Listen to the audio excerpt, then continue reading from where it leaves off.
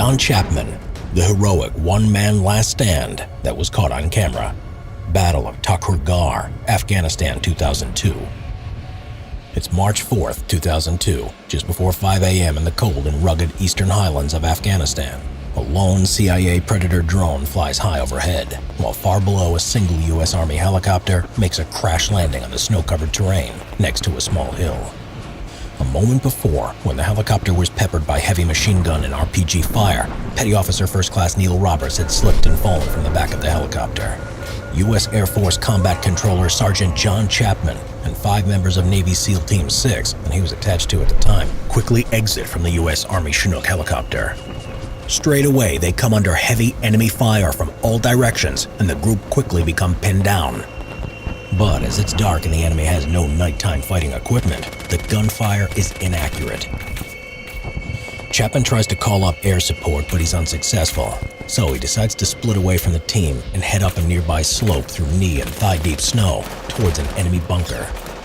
Chapman then quickly establishes communication with an AC-130 gunship, directing it to provide the team with close air support. He also requests and coordinates a helicopter to extract the stranded team, and requests the AC-130 join an unmanned MQ-1 Predator drone already searching for Roberts. Chapman goes first into the enemy bunker, and his team follows him. The bunker contains 2 poorly trained insurgent fighters who are armed with highly effective AK-47 assault rifles. They fire wildly in his direction with little effect, apart from giving away their own position. Next to the bunker, by a large outcrop of rocks, lay the dead body of Navy SEAL Petty Officer First Class Neil Roberts, who had been killed in action a short time before. Earlier that day, Roberts had been taking part in Operation Anaconda, which was an attempt to break the Taliban resistance in the area. His squad had been formed into a reconnaissance team, aided by Sergeant Chapman of the U.S. Air Force as their spotter. The Chinook helicopter they were traveling in was a special ops version, the MH-47E, which had increased fuel capacity and a purpose-built terrain tracking radar. The helicopter was heading late at night towards the strategic mountaintop of Takur Ghar, where they were to set up an observation post and monitor Al-Qaeda units in the area. As the Chinook flew along low and fast, they suddenly and unexpectedly came under fire from out of the darkness by a group of enemy insurgents. The helicopter was riddled with gunfire, and then it was hit by a rocket-propelled grenade, making the Chinook shudder from the blast. Petty Officer Roberts, who was standing near the ramp of the helicopter, lost his grip and was thrown from the back. It's unknown whether he fell to his death, therefore dying immediately, or whether he was captured by the Al-Qaeda fighters and executed later with a single shot to the back of the head. Some of the Chinook's hydraulic lines had been severed in the explosion, and the pilots struggled to keep control of it. This forced them to move away from the engagement and find a safe spot to land the badly damaged helicopter. The pilots managed to put the Chinook down 4 miles away on a deserted mountaintop. A short time later, Chapman and the remaining SEAL team decided to go back into the danger. Bravely, they all volunteered to go back and retrieve Robert's body. Now, they found themselves in the middle of enemy-held territory. Chapman, realizing how vulnerable the team is, opens fire on the bunker with his rifle before charging at it. Meanwhile, the SEAL team leader is trying to get up the slope in order to support him, but stumbles and falls. By the time he gets to the bunker, Chapman has already stormed it, killing both insurgents inside at almost point-blank range. It's now less than 2 minutes since Chapman and the SEAL team first landed. Together, Chapman and the team leader engage a second nearby bunker containing a small group of insurgents. Worryingly, one of them is manning a PKM light machine gun, and another is using a rocket-propelled grenade launcher. In the crossfire, an insurgent fighter is killed before Chapman is hit twice in the torso and collapses onto the floor of the bunker, and is thought to be dead by the team leader. The rest of the SEAL team then move up into the boulder area and start to engage the second bunker. The team leader gets out of the bunker and joins up with the rest of the SEAL team. But the situation is quickly deemed as hopeless by the SEALs as more enemy insurgents move up, and the SEAL team quickly realizes that they're in danger of being overrun by a significantly larger force. One of the SEALs stands up to fire his M60 belt-fed light machine gun from the hip, but is almost immediately thrown off the boulder by an enemy grenade blast and is hurled 10 feet to the ground below. The position is untenable. The soldier is badly wounded, and the decision is finally made to retreat. It's presumed wrongly at this stage that Chapman is dead, but in fact, he's unconscious in the nearby bunker. It would later be known that Chapman had in fact been mortally wounded and was dying from his wounds. The SEAL team slides down a steep, snow-covered embankment, and a short time later an AC-130 gunship arrives overhead and starts firing its 105mm howitzer, ruthlessly bombarding the hilltop. This allows the SEALs to get off the hill and to a nearby clearing, ready for an emergency extraction. During this time, Chapman is experiencing this destructive aerial fire from his position. After the AC-130 breaks off from its attack, at around 5:20 a.m., radio messages can be heard from Chapman, who is alive and has regained consciousness. He updates the command that he's under attack by around 24 insurgents and bravely starts to engage them. Despite attempts to talk to him, Chapman does not respond. He continues fighting for the next 40 minutes, by which time the sun has risen and it's now daytime. He had sustained further gunshot wounds, as well as injury from grenade shrapnel. The enemy attempts to charge Chapman's position several times, but he manages to drive them back each time. On one occasion, a lone insurgent makes it into the bunker and engages Chapman in hand-to-hand combat. And though mortally wounded, and after a violent struggle, Chapman manages to kill the man. It's 6:13 a.m., and Chapman is nearly out of ammunition. A quick response team with a paramedic is inbound, and its helicopter is nearing his position. Chapman heroically leaves the bunker and starts firing in all directions in order to distract the insurgents from firing upon the approaching Chinook. But despite this, an enemy rocket-propelled grenade strikes the inbound helicopter, though it manages to make a successful forced landing just below Chapman's position. As the 19 Ranger Quick Response Team exits down the ramp at the back of the helicopter, several are killed as the enemy insurgents pour heavy and sustained fire on this new target. At this time, Chapman is literally down to his last few rounds of ammunition and is shot through the heart and dies instantly. Eventually, after several airstrikes, the enemy positions are assaulted by the Rangers and they kill the Al-Qaeda fighters and take the hill. This whole event was caught on surveillance cameras from U.S. drones and spy planes. 36-year-old U.S. Air Force Sergeant John Chapman left behind a wife and 2 young daughters. In 2003, Chapman was posthumously awarded the Air Force Cross for his courage, selfless dedication to duty that day, and extraordinary heroism. But after a prolonged campaign, this was upgraded in 2018 to the U.S. Armed Services' highest award for bravery and valor, the Medal of Honor. Tony Stein, the U.S. Marine who fought with a gun made from 3 guns. World War II. Tony Stein, a young Jewish toolmaker from Dayton, Ohio, was just about to turn 21 when he decided to join the U.S. Marine Corps on September 22, 1942. He wasn't much for school, but he was always hardworking, taking on part-time jobs in the evening at the local bowling alley and at weekends golf caddying at the nearby country club. Those around him said he showed a natural ability for leadership from an early age.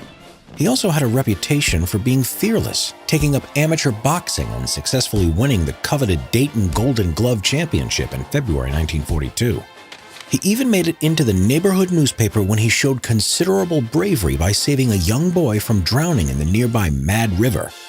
So it came as no surprise that when Stein was just about to turn 21 in September of 1942, that he decided to give up his job as an apprentice toolmaker and do his patriotic duty by joining the United States Marine Corps.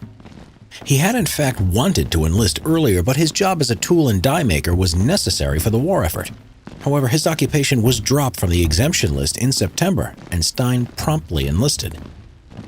Once he had passed basic training, he volunteered to be assigned to the U.S. Marines' new specialized combat unit, the Marine Paratroopers, nicknamed the Paramarines. This unit's task was to carry out airborne assaults by being parachuted directly into the combat zone. Stein was then sent with the 3rd Parachute Battalion, 1st Parachute Regiment, 3rd Marine Division to the Pacific Theater, where he fought against the Imperial Japanese Army. In October 1943, he saw combat in the land battle of Vella in the Salomon Islands. Later, he was involved in the Bougainville campaign in the Northern Solomons. There, he earned himself the reputation as a sniper exterminator, being credited with killing 5 enemy snipers, including just 1 feet away from his company commander. Stein returned to the United States during the summer of 1944, married his girlfriend Joan Stamminger, and took leave to return home to Dayton. But later in that same year, it was decided to disband the Paramarines due to a shortage of transport planes and a change of tactics by the U.S. Marines. Stein was then promoted to the rank of corporal and reassigned to Company A of the 1st Battalion, 28th Marines, whose motto was Uncommon Valor. Shortly afterwards, in 1945, he would take part in the bloody amphibious landing at Iwo Jima.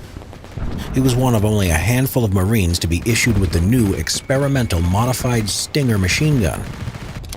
The Stinger. As the war intensified in the Pacific and American troops started to go on the offensive, it became apparent that the Marines lacked fire support whenever they rapidly advanced deep into enemy-held territory, especially in the jungle environment. Therefore, it was concluded that there was an urgent need for a machine gun that could keep up with the pace of the Marines as they landed on the beaches and rapidly pressed forward against enemy fortifications. They required something that was highly portable and could easily lay down heavy and devastating gunfire instantly when required at short notice. For this, U.S. Marines on the front line at the time used the M1919 Browning, a .30 caliber medium machine gun for this role. The M1919 was rugged, reliable, and highly effective, but required at least a crew of 2 men, one being the gunner who carried the tripod and some ammunition, and an assistant gunner who carried the actual gun itself along with a box of spare parts and tools. The machine gun itself was heavy, weighing in the region of 31 pounds, and took a considerable amount of time to set up as it was tripod mounted. Therefore, it was much better suited to a defensive role. To overcome this problem, the Marines also used the BAR light machine gun, which was much lighter and with its bipod allowed just one man to carry and use it. It was even agile enough that it could be fired by the user when stood up. The BAR had been very advanced for its time in World War I, but 25 years later it was woefully inadequate as a squad's automatic weapon. For its rate of fire was very slow, and with a magazine capacity of just 20 rounds, it could run out of ammo after just a few seconds of sustained firing. So while the U.S. military debated what to do about this shortfall in their weapons arsenal, Marines on the front line decided to tackle the problem themselves and create their own weapon by modifying whatever they could lay their hands on from the battlefield. As a basis of these improvised weapons, it was decided to use the AN-M2 machine gun. This was used by tail gunners on a wide number of U.S. planes, including the Devastator torpedo bomber, the Dauntless dive bomber, and the Avenger torpedo fighter bomber. The reason for this was that the AN-M2 was a third lighter than the standard M1919 fire support medium machine gun, and it also had twice the firepower. And as it was in mass production at the time, spare parts were in plentiful supply.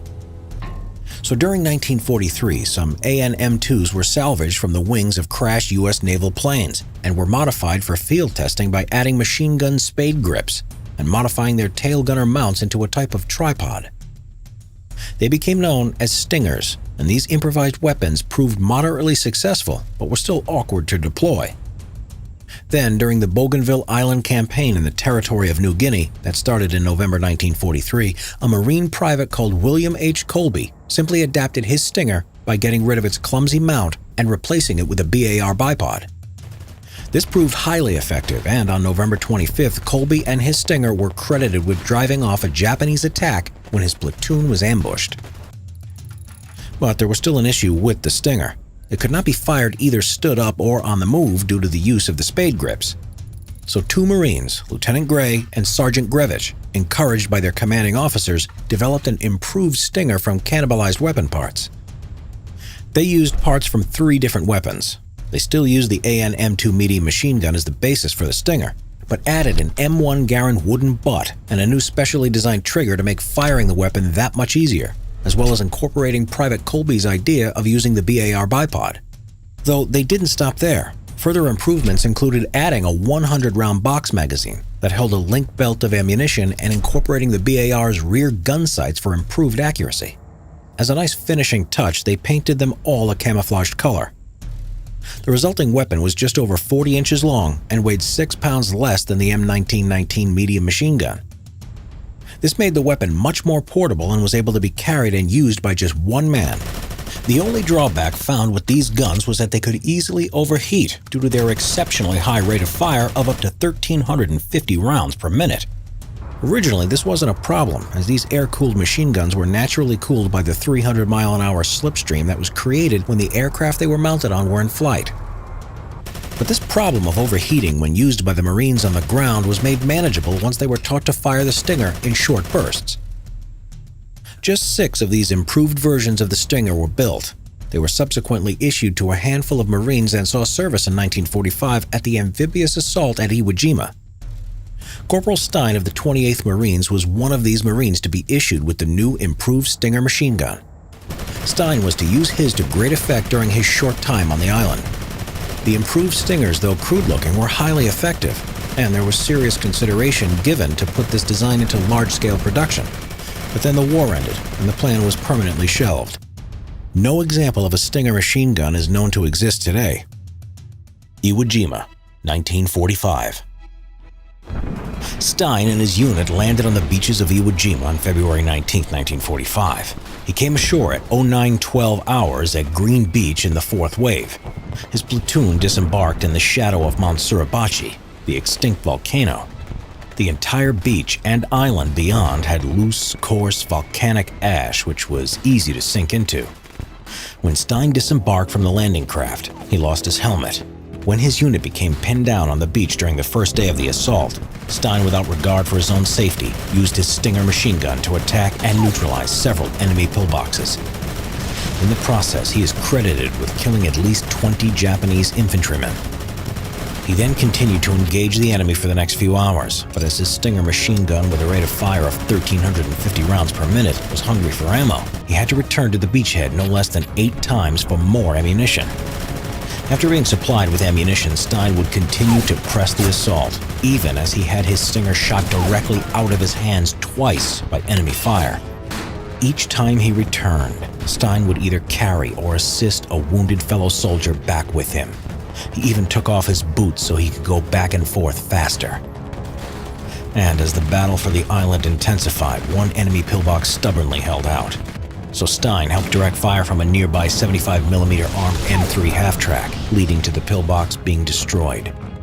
Later that day, Stein would perform a rear guard action covering his unit's withdrawal.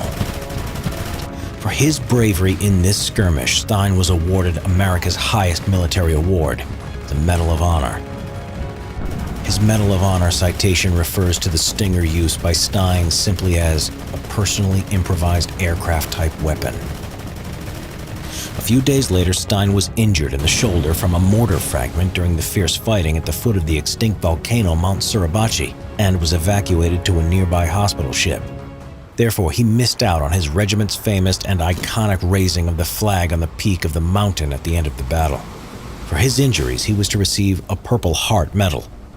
After a short rest aboard the ship, he volunteered to rejoin his unit on the front line as he heard that his regiment was taking heavy casualties. He rejoined his unit on March 1, 1945. On the same day when Stein was leading 19 men on a rescue mission, he was shot dead by a Japanese sniper. He was one of around 7,000 U.S. military personnel to lose their lives during the month-long battle for this highly strategic, important island. Just after the war had ended, his Medal of Honor was formally accepted posthumously by his widow. They had been married for less than a year, and later, in 1972, a U.S. Navy Knox-class frigate was named the USS Stein in his honor. Daniel Inouye, the soldier who fought the Germans single-handedly, literally. When the United States entered the Second World War, the 17-year-old Daniel Ken Inouye was right there from the start, literally.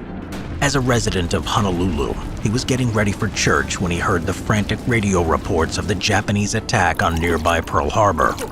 Without hesitation, he rushed to a Red Cross aid station and began helping in any way that he could. Working 5 days and nights, he cleaned and bandaged wounds, provided food, clothes, and comfort for those injured and hurt. While in high school, he had been a volunteer for the Red Cross and was planning on becoming a surgeon. Despite this, when Inouye graduated high school in 1942 and attempted to enlist in the armed forces, he was refused based on his background. At this time, Japanese Americans were considered a security risk, and during the war, over 120,000 Japanese Americans were sent to internment camps. Inouye and his family were spared this fate, since Hawaii's Japanese population was so large, such an action would have been unfeasible. Instead of enlisting, he enrolled as a pre-medical student at the University of Hawaii.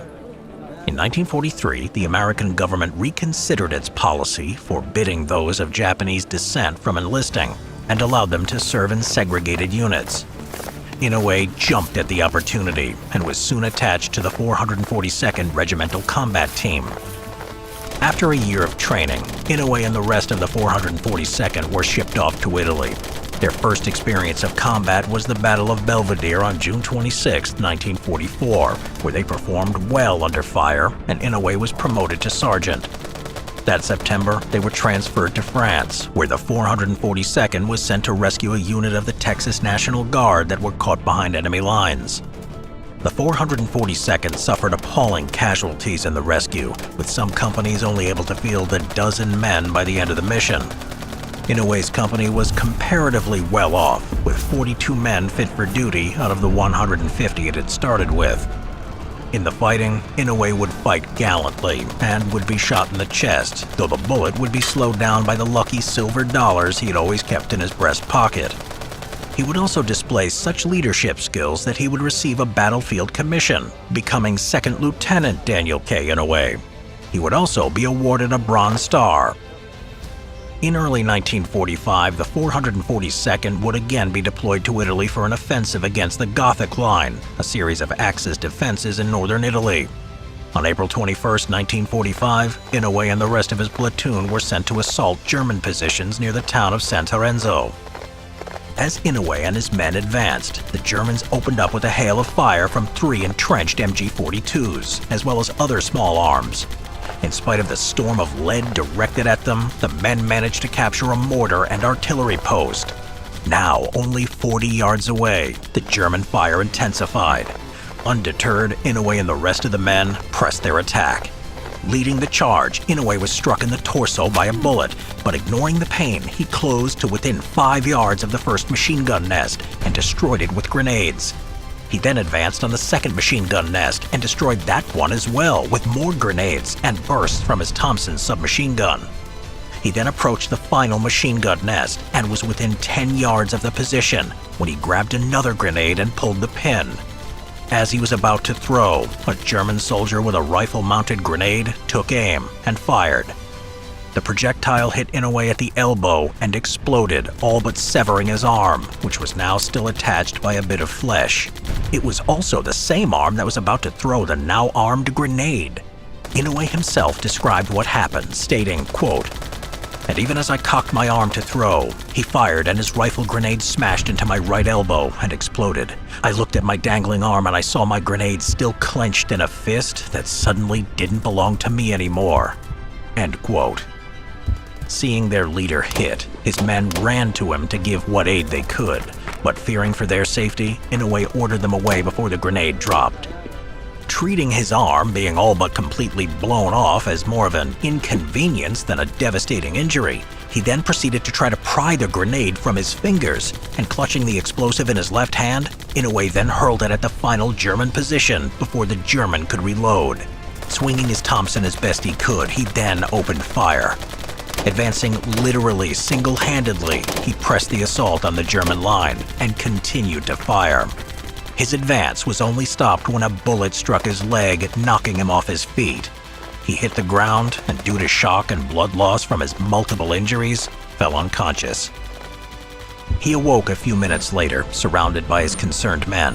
His first action upon seeing them was to order them back to the fight, shouting, "Nobody called off the war." He continued to direct his men as best he could, and by the end of the engagement, he and his men had killed 25 Germans and captured 8 more, destroying several fixed emplacements. He then organized his men into a defensive position in case of a German counterattack. With the situation as secure as it could be, he finally agreed to be evacuated for medical attention, arriving at a field hospital about 9 hours after being initially wounded. He would endure several surgeries, including the amputation of his right arm, which was done without anesthetic, since he was already given several doses of morphine and it was feared that any more would cause his blood pressure to drop to lethal levels. He would also need 17 blood transfusions, and doctors doubted if he would survive. Survive he would, though, and Daniel Inouye was promoted to captain and awarded the Distinguished Service Cross. He would spend the next 2 years recovering in Army hospitals and would be honorably discharged from the military in 1947. With his life goals of becoming a surgeon forever dashed, Inouye shifted his academic pursuits. Using the GI Bill, he would obtain a degree in government and economics from the University of Hawaii and a law degree from the George Washington Law School. He also became involved in politics, becoming the deputy public prosecutor for the city of Honolulu, and was elected to the Hawaii Territorial House of Representatives, and would later become a territorial senator. After Hawaii became a state in 1959, he was elected as a congressman in the House of Representatives. In 1962, he would then be elected as one of the state's 2 senators, a position he would hold until his death in 2012. Inouye would have a distinguished career, serving on the Watergate Committee and headed the Senate committee that investigated the Iran-Contra affair. He would become the president pro tempore of the Senate from 2010 until 2012, and by the end of his career was the second longest-serving senator in American history. In 2000, after a review by the military, Daniel Inouye's Distinguished Service Cross was upgraded to the Congressional Medal of Honor, which was presented to him by President Bill Clinton. Daniel K. Inouye would earn the Congressional Medal of Honor, a Bronze Star, 2 Purple Hearts, the European African Middle Eastern Campaign Medal, and the World War II Victory Medal, and numerous awards by foreign nations. He passed away in 2012 at the age of 88. He would posthumously be awarded the Presidential Medal of Freedom, the highest award given to a civilian for his long career and lifetime of national service. Inouye's legacy also lives on, being the namesake for the main airport of Honolulu, an Arleigh Burke-class destroyer, and many other military and civilian buildings and facilities that pay homage to one of the most remarkable individuals in American military and political history. A man whose exploits put any movie hero to shame. The soldier who used his body as a human shield.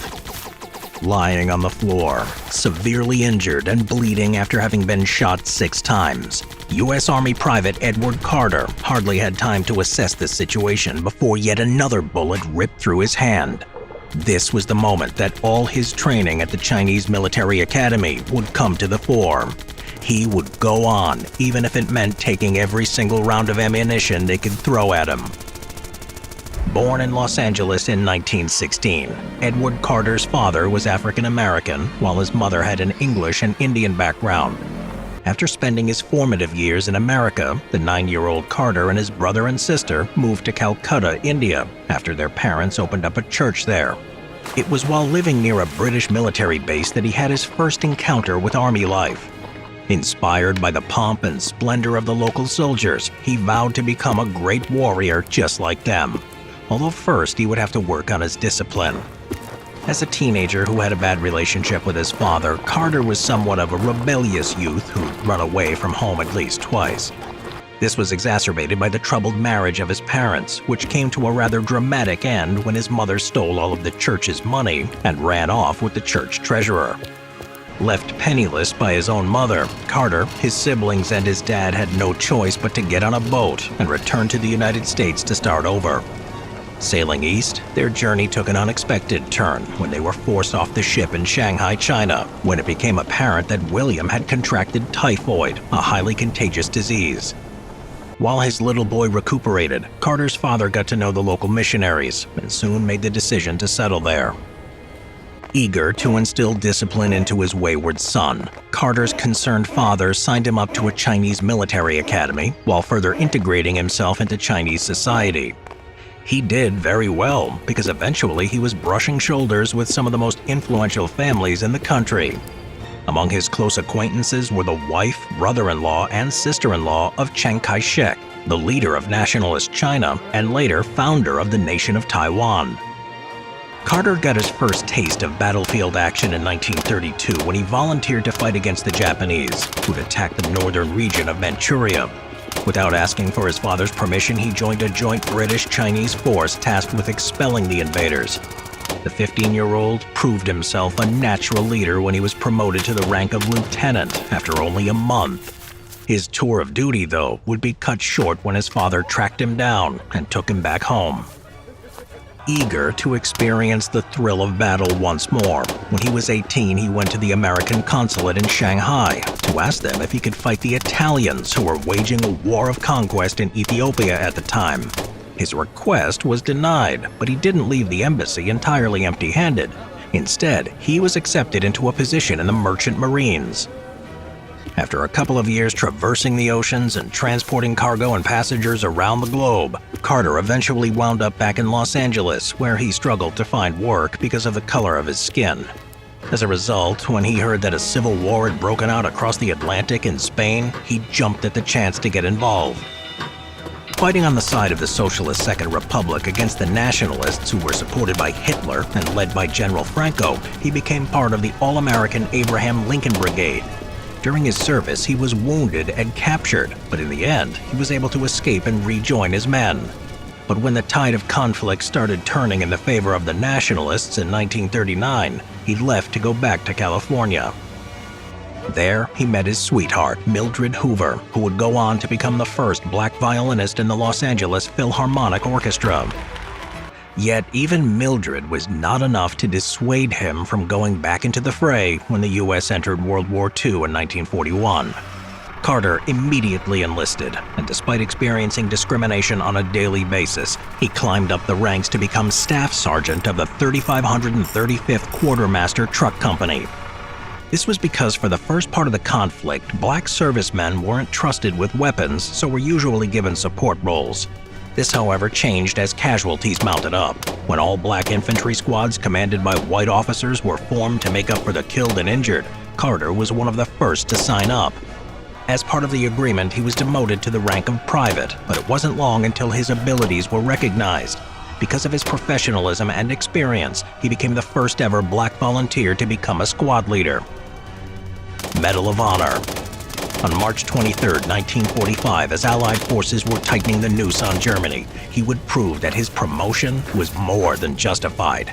That day, Carter and his company were tasked with capturing a bridge over the Rhine River as a part of a wider effort to capture the strategically important city of Speyer that lay on the other side. At about 8:30 a.m., he was riding a tank on his way to the objective when his company was suddenly ambushed by enemy fire. Sprinting to a bank on the side of the road for cover, 3 other men accompanied him on a patrol to a warehouse where the attackers were shooting from. Their goal was to scope out the size and strength of the opposing force, but to achieve this, they would first have to cross 150 yards of open ground. As soon as they left cover, they were instantly targeted, and one of the brave volunteers was killed. Realizing they were far too exposed, Carter ordered the 2 surviving members to provide covering fire from the safety of the bank, while he crossed the field of death alone. But as the pair ran back, one was shot dead and the other was seriously wounded. Still, the squad leader pressed on. Amid the blizzard of machine gun fire, he was shot 3 times in the left arm, yet he still kept moving. Then a heavy blow to his leg knocked him off his feet and he collapsed to the ground. With his mind still fixed firmly on the job, he took a swig of his canteen to wash down some wound tablets just before another bullet mangled his hand. He was now riddled with holes, and a lesser soldier may have just given up there and then. But not Carter. He just kept going. Unable to walk, he crawled instead until he was within 30 yards of the warehouse. Slumping his battered body behind a riverbank, he rested for 2 hours when the enemy fire became too intense. From the outside, it looked like he was a goner. The Germans knew exactly where he was, and an 8-man party was now zeroing in on him. Carter, however, was one step ahead, having concealed his position. As the patrol approached, 6 of them were killed in quick succession by a surprise attack, and the remaining 2 were captured.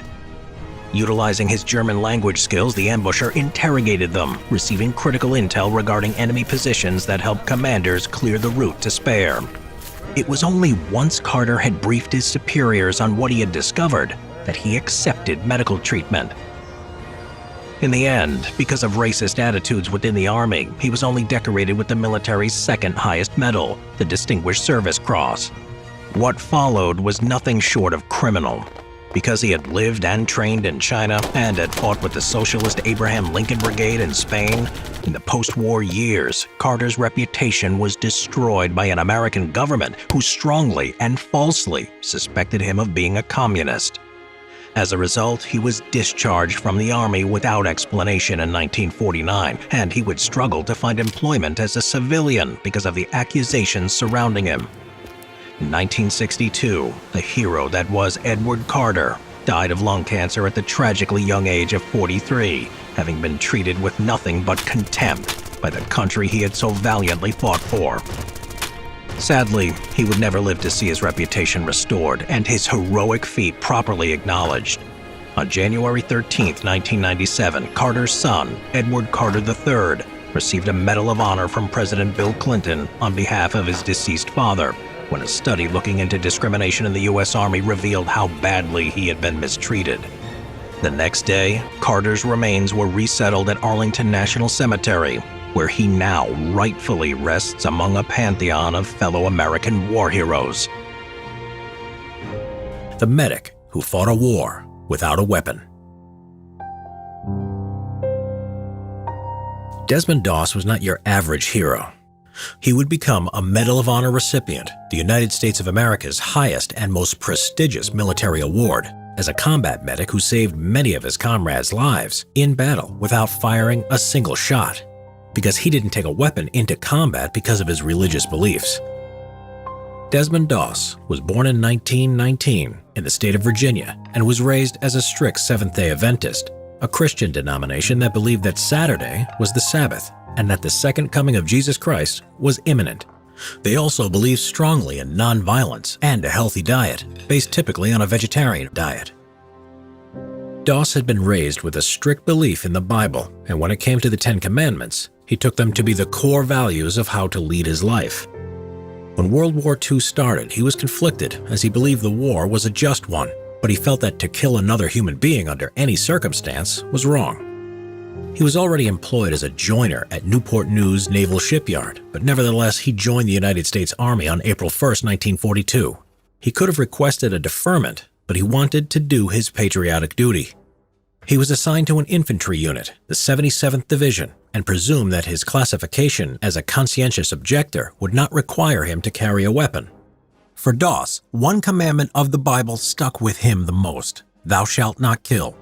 He wondered why he was assigned as a rifleman and not in a medical role.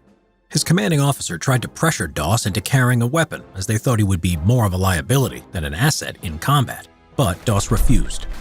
Interestingly, even for medics, which Doss would later become, it was common practice at the time to carry either an M1911A1 pistol or M1 carbine for self-defense purposes. The rules go that a medic under the Geneva Convention is not forbidden from carrying a weapon, but if a medic fires his weapon, he stops being classed as a medic, and therefore can be legitimately fired upon by the enemy.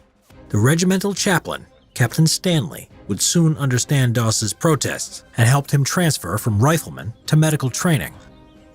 To make matters worse, his fellow soldiers mocked his religious beliefs. When he was reading the Bible daily and strictly observing the Seventh-day Adventist tradition of attending church every Saturday, Doss continuously requested to be allowed to have Saturdays off rather than Sundays in order to follow his Adventist beliefs that Saturday was to be observed as the Sabbath. In the end, Captain Stanley took this up with divisional headquarters, and it was decided that Adventist soldiers would have Saturdays off, just as the other men had Sunday off. This in fact made Doss even more unpopular than ever with his fellow soldiers, as he was seen to have it easy.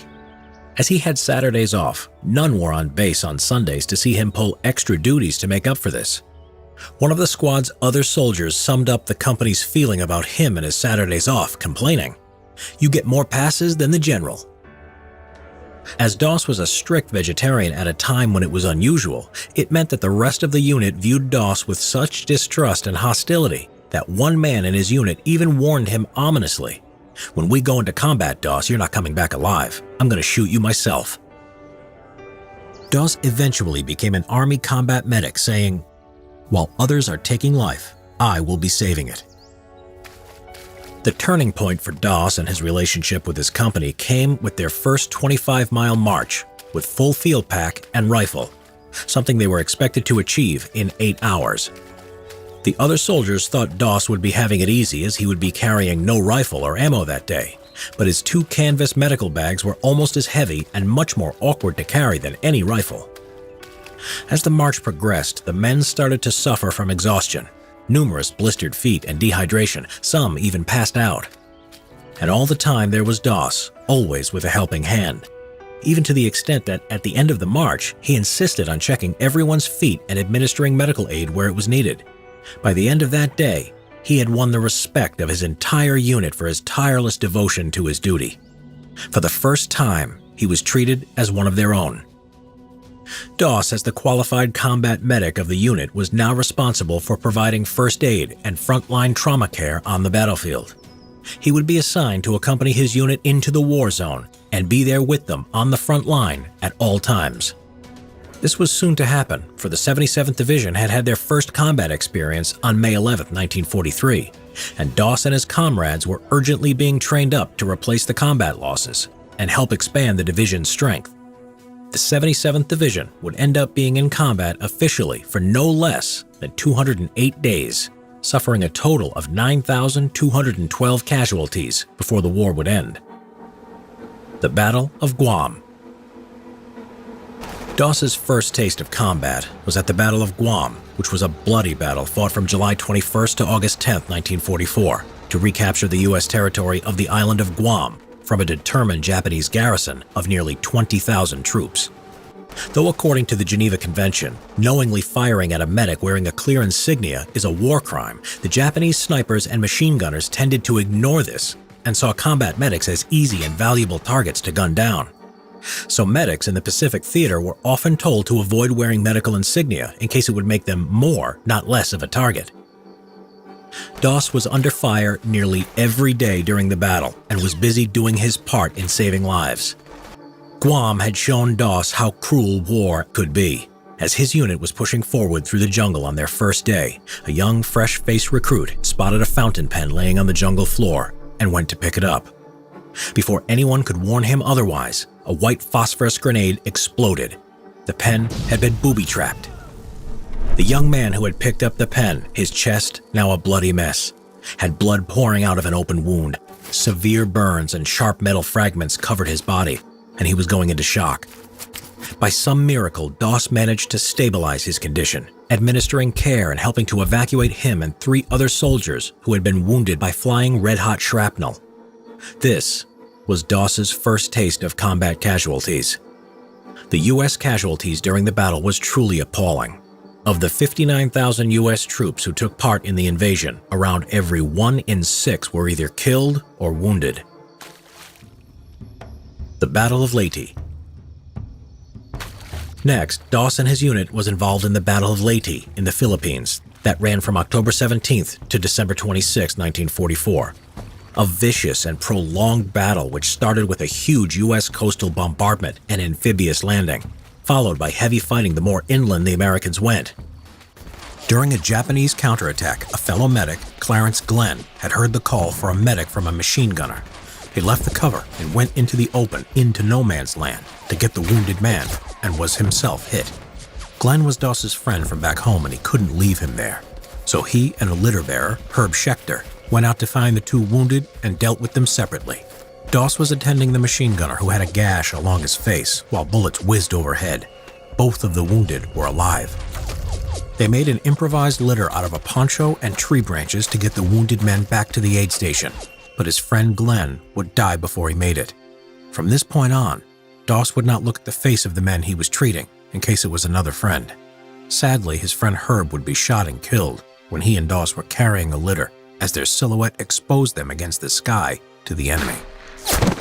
On top of losing his friends, Doss was constantly hungry because the meat in the K rations conflicted with his vegetarianism, so he could only eat the tasteless crackers and coconuts he found. On Leyte, the coconuts on the ground gave him diarrhea, so he climbed the trees for fresh ones. At one point, Doss was looking for coconuts. It attracted poorly aimed Japanese machine gun fire, When they were killed by American soldiers, it was later discovered that they had been drunk on sake. One thing that shocked Doss during the most devastating times of the campaign was that the same man who had made threats towards him during training at Fort Jackson now came to him for guidance and to pray for him. The Battle of Okinawa. And lastly, for Doss and the 77th Infantry Division was a battle that was to be the bloodiest battle of the war in the Pacific, as well as its largest amphibious landing. The U.S. objective was to secure the island as a base, as it was just 350 miles south of the Japanese mainland and would be strategically crucial for any future invasion of Japan. The battle started on April 1, 1945, exactly 3 years to the day that Doss first enlisted in the Army, and the battle was to last 81 days. Doss was assigned to the 1st Battalion as their combat medic. On April 29, 1945, the 77th Division was given the task of assaulting on a 400-foot-high cliff called the Maida Escarpment. This was nicknamed by the Americans as Hacksaw Ridge. Before they climbed the cargo net, Doss said a prayer for his comrades. When Doss's unit joined the assault, and as they neared the top of the escarpment, they came under intense Japanese artillery, small arms, and machine gun fire, inflicting severe casualties on the assaulting American troops. The American forces had sent in wave after wave of troops to try to dislodge a fanatical enemy based there who were well entrenched and camouflaged. On May 4th, while his unit was attacking a heavily fortified enemy position at the mouth of a cave, Doss went to the aid of 4 of his injured comrades. The lieutenant who led the attack on the emplacement had intended to throw a grenade when an enemy bullet hit him and delayed it, blowing his hand off and wounding his comrades.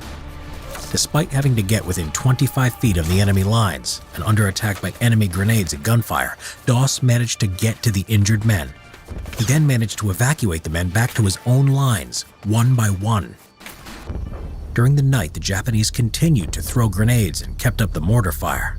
The American soldiers hid in rock crevices, but the Japanese found ways to infiltrate and sneak up on them. Then, on the next day, May 5th, he came to the rescue of a wounded artillery officer who had gone to see how the artillery guns were doing. Doss's left leg was now injured, as he had fell the day before down the edge of a parapet. He climbed up the cargo net with his first aid kits, his weight falling on his bad leg. Finding him in a shell hole, the officer had been struck by shrapnel that had made a hole from his chest to his back, and Doss could hear him breathing through it. He was bleeding heavily. Doss gave him first aid while under constant enemy gunfire and shelling. He put the dressings over the large holes in the colonel's chest and back, and administered blood plasma which dangerously exposed Doss to the enemy, as he had to hold it up high. Doss's efforts here would be in vain, as the colonel, carried back on a stretcher, died before he reached the aid station. Later, there were orders to take a vital Japanese pillbox position on the reverse slope of a hill that was holding up the American advance. Desmond Doss, once he had read his prayers, was happy to support the assault. The American troops threw gasoline cans at the position, which triggered a large explosion. All of a sudden, a large Japanese counterattack overwhelmed the American soldiers, causing them to panic and rush back to the edge of the cliff. But despite this, Doss refused to take cover, and while constantly under heavy fire by the enemy, though being totally exhausted, he spent hours carrying the wounded one by one to the edge of the escarpment. Then, to get the more severely wounded down, he tied a rope to a tree stump and lowered them down the cliff on a rope-supported stretcher to safety. When the stretcher kept slipping, he turned to a new method, looping the rope around the wounded men's chest and legs to lower them down. Doss, standing, exposed to potential enemy fire, was seen praying at the cliff edge as the men were being lowered down. And later he had said he had been praying to the Lord to help him get one more, and after that, one more, until they were all down. Calculating the wounded men at the base of the cliff, the captain worked out that Doss had saved around 75 men. The Americans would eventually go back up the cliff and on May 7th would take the position. By some miracle, Doss survived the whole battle totally unhurt, but that was soon to change. On May 21st, in the confusion of a night attack, Doss tended to the American wounded, risking being hit by both the Japanese and by friendly fire. Doss was in a shell hole with another American soldier when a grenade landed beneath him. His reflex action was to put his foot on it and was seriously wounded in both legs. His blood poured out from the impact of 17 pieces of shrapnel in his body. But he remained in his position for 5 hours, tending to himself while also helping others who were wounded, until a medic and a pair of litter bearers could get to him. But that was not the end of it that day, for as he was being stretchered to safety, they got caught in an enemy tank attack. As they took cover, Doss spotted a critically injured man and insisted that he be taken back on the stretcher instead of himself. While Doss waited for the litter bearers to return, he was found and helped back by a fellow soldier. Suddenly, Doss was hit by a Japanese sniper's bullet and suffered a compound fracture to his arm. The two men took cover in a shell hole. Realizing how badly injured he now was, Doss instructed the soldier on how to bind his rifle stock to his shattered arm to act as a splint. Eventually pushing through excruciating pain, he would make it back to the aid station. The U.S. Army recognized Doss's extreme bravery, and he was awarded the Congressional Medal of Honor for his heroic and selfless actions at Okinawa from April 29th to May 21st, 1945. Because of his heroic actions, many wounded men made it back home. Desmond Doss would go on to run a small family farm with his wife Dorothy, and lived to the age of 87. The reluctant man too good at killing, Alvin York. When the United States entered the First World War, many jumped at the opportunity to join the fighting. Others, however, were sent to the trenches against their will. Of these reluctant warriors, some would rise to the occasion and become war heroes, in spite of their hesitancy to fight. Perhaps the most famous American who served in the Great War was one of these men. Alvin York was born on December 13, 1887, in Pall Mall, Tennessee, the third of 11 children. His family was impoverished, and York only had 9 months of total formal schooling before working as a laborer and blacksmith to support his family. In order to put food on the table, he was also an avid hunter, a skill that would serve him well in the future. York also had a wild streak, which included frequent run-ins with the law. By 1915, however, he turned aside from his hedonistic ways and became a member of the Church of Christ in Christian Union. After his conversion, York became a devout follower of his new faith and became a respected member of the church community.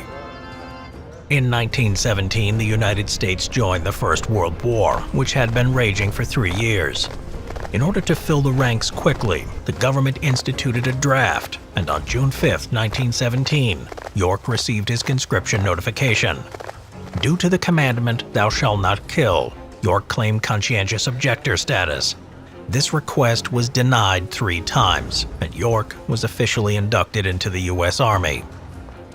York was sent to Camp Gordon, Georgia, for training, and was attached to the 328th Infantry Regiment, 82nd Infantry Division, nicknamed the All-American since it had members from all the 48 states at that time.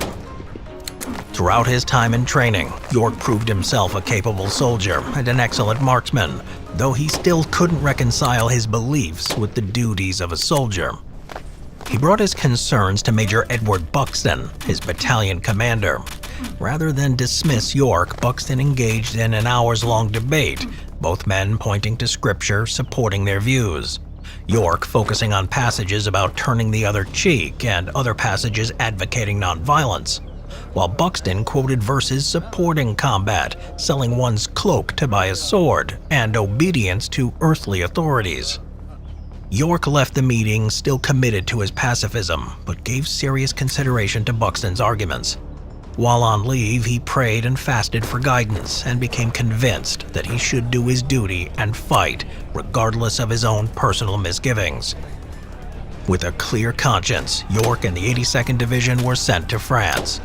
Most notably, York participated in the Meuse-Argonne Offensive, which began on September 26, 1918, the largest single campaign ever conducted by the U.S. military, with over 1 million men participating over the course of the 47-day fight.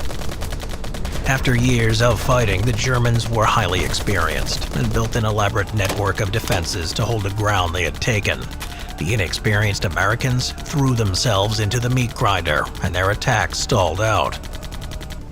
On October 8th, members of the 2nd Battalion, 328th Regiment, 82nd Infantry Division, including newly promoted Corporal Alvin York, were sent to reinforce positions at Hill 223, pushing against heavily entrenched Germans. They managed to force the Germans off of the hill, but to continue the advance, they would have to enter a steep valley with no discernible cover. To complicate matters further, the Americans on the left and right flanks were stalled out by stubborn resistance, leaving the battalion to advance alone. If that wasn't enough, the battalion was advancing to the northwest, though earlier that morning orders were changed and they were supposed to attack due west. The runner carrying the order was killed before delivering the message, leaving the unit unsupported. York's platoon began their attack against the German lines, led by Lieutenant Kirby Stewart. As they reached the center of the valley, Stewart was hit by a burst of machine gun fire and killed, turning command over to Sergeant Harry Parsons. Parsons noted that on the left of their advance were German machine gun positions, and ordered 17 men, including Corporal Alvin York, to silence them. Making their way around the German positions, they stumbled upon elements of the Prussian 210th Reserve Infantry Regiment, which had been moved up as reinforcements. The Germans were resting after a forced march the night before, and had set their weapons aside when confronted by the Americans. Caught off guard, the Germans surrendered. On a nearby hill, German machine gunners noticed what was happening and swung their weapons towards the Americans.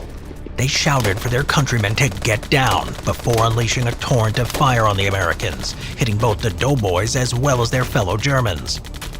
Of the 17 Americans, 6 were killed outright and 3 were wounded. While some of the remaining troops guarded the POWs, York was now the senior NCO of the remaining 8 that were capable of putting up resistance. York advanced to a better position, about 50 yards from the Germans. Laying prone, York began to fire into the German machine gun crew and supporting riflemen. There is some controversy as to what rifle York used. Some suggest that he was armed with a Springfield M1903, chambered in .30-06. Even his statue in Nashville, Tennessee depicts him wielding this firearm. It was more likely, however, that he used an M1917 Enfield, a version of the British pattern 14 Enfield, which was modified to fire the .30-06 cartridge. These had been made by American firearm manufacturers for years for use by the British, and it was easier to convert these for American ammunition than to make enough M1903s.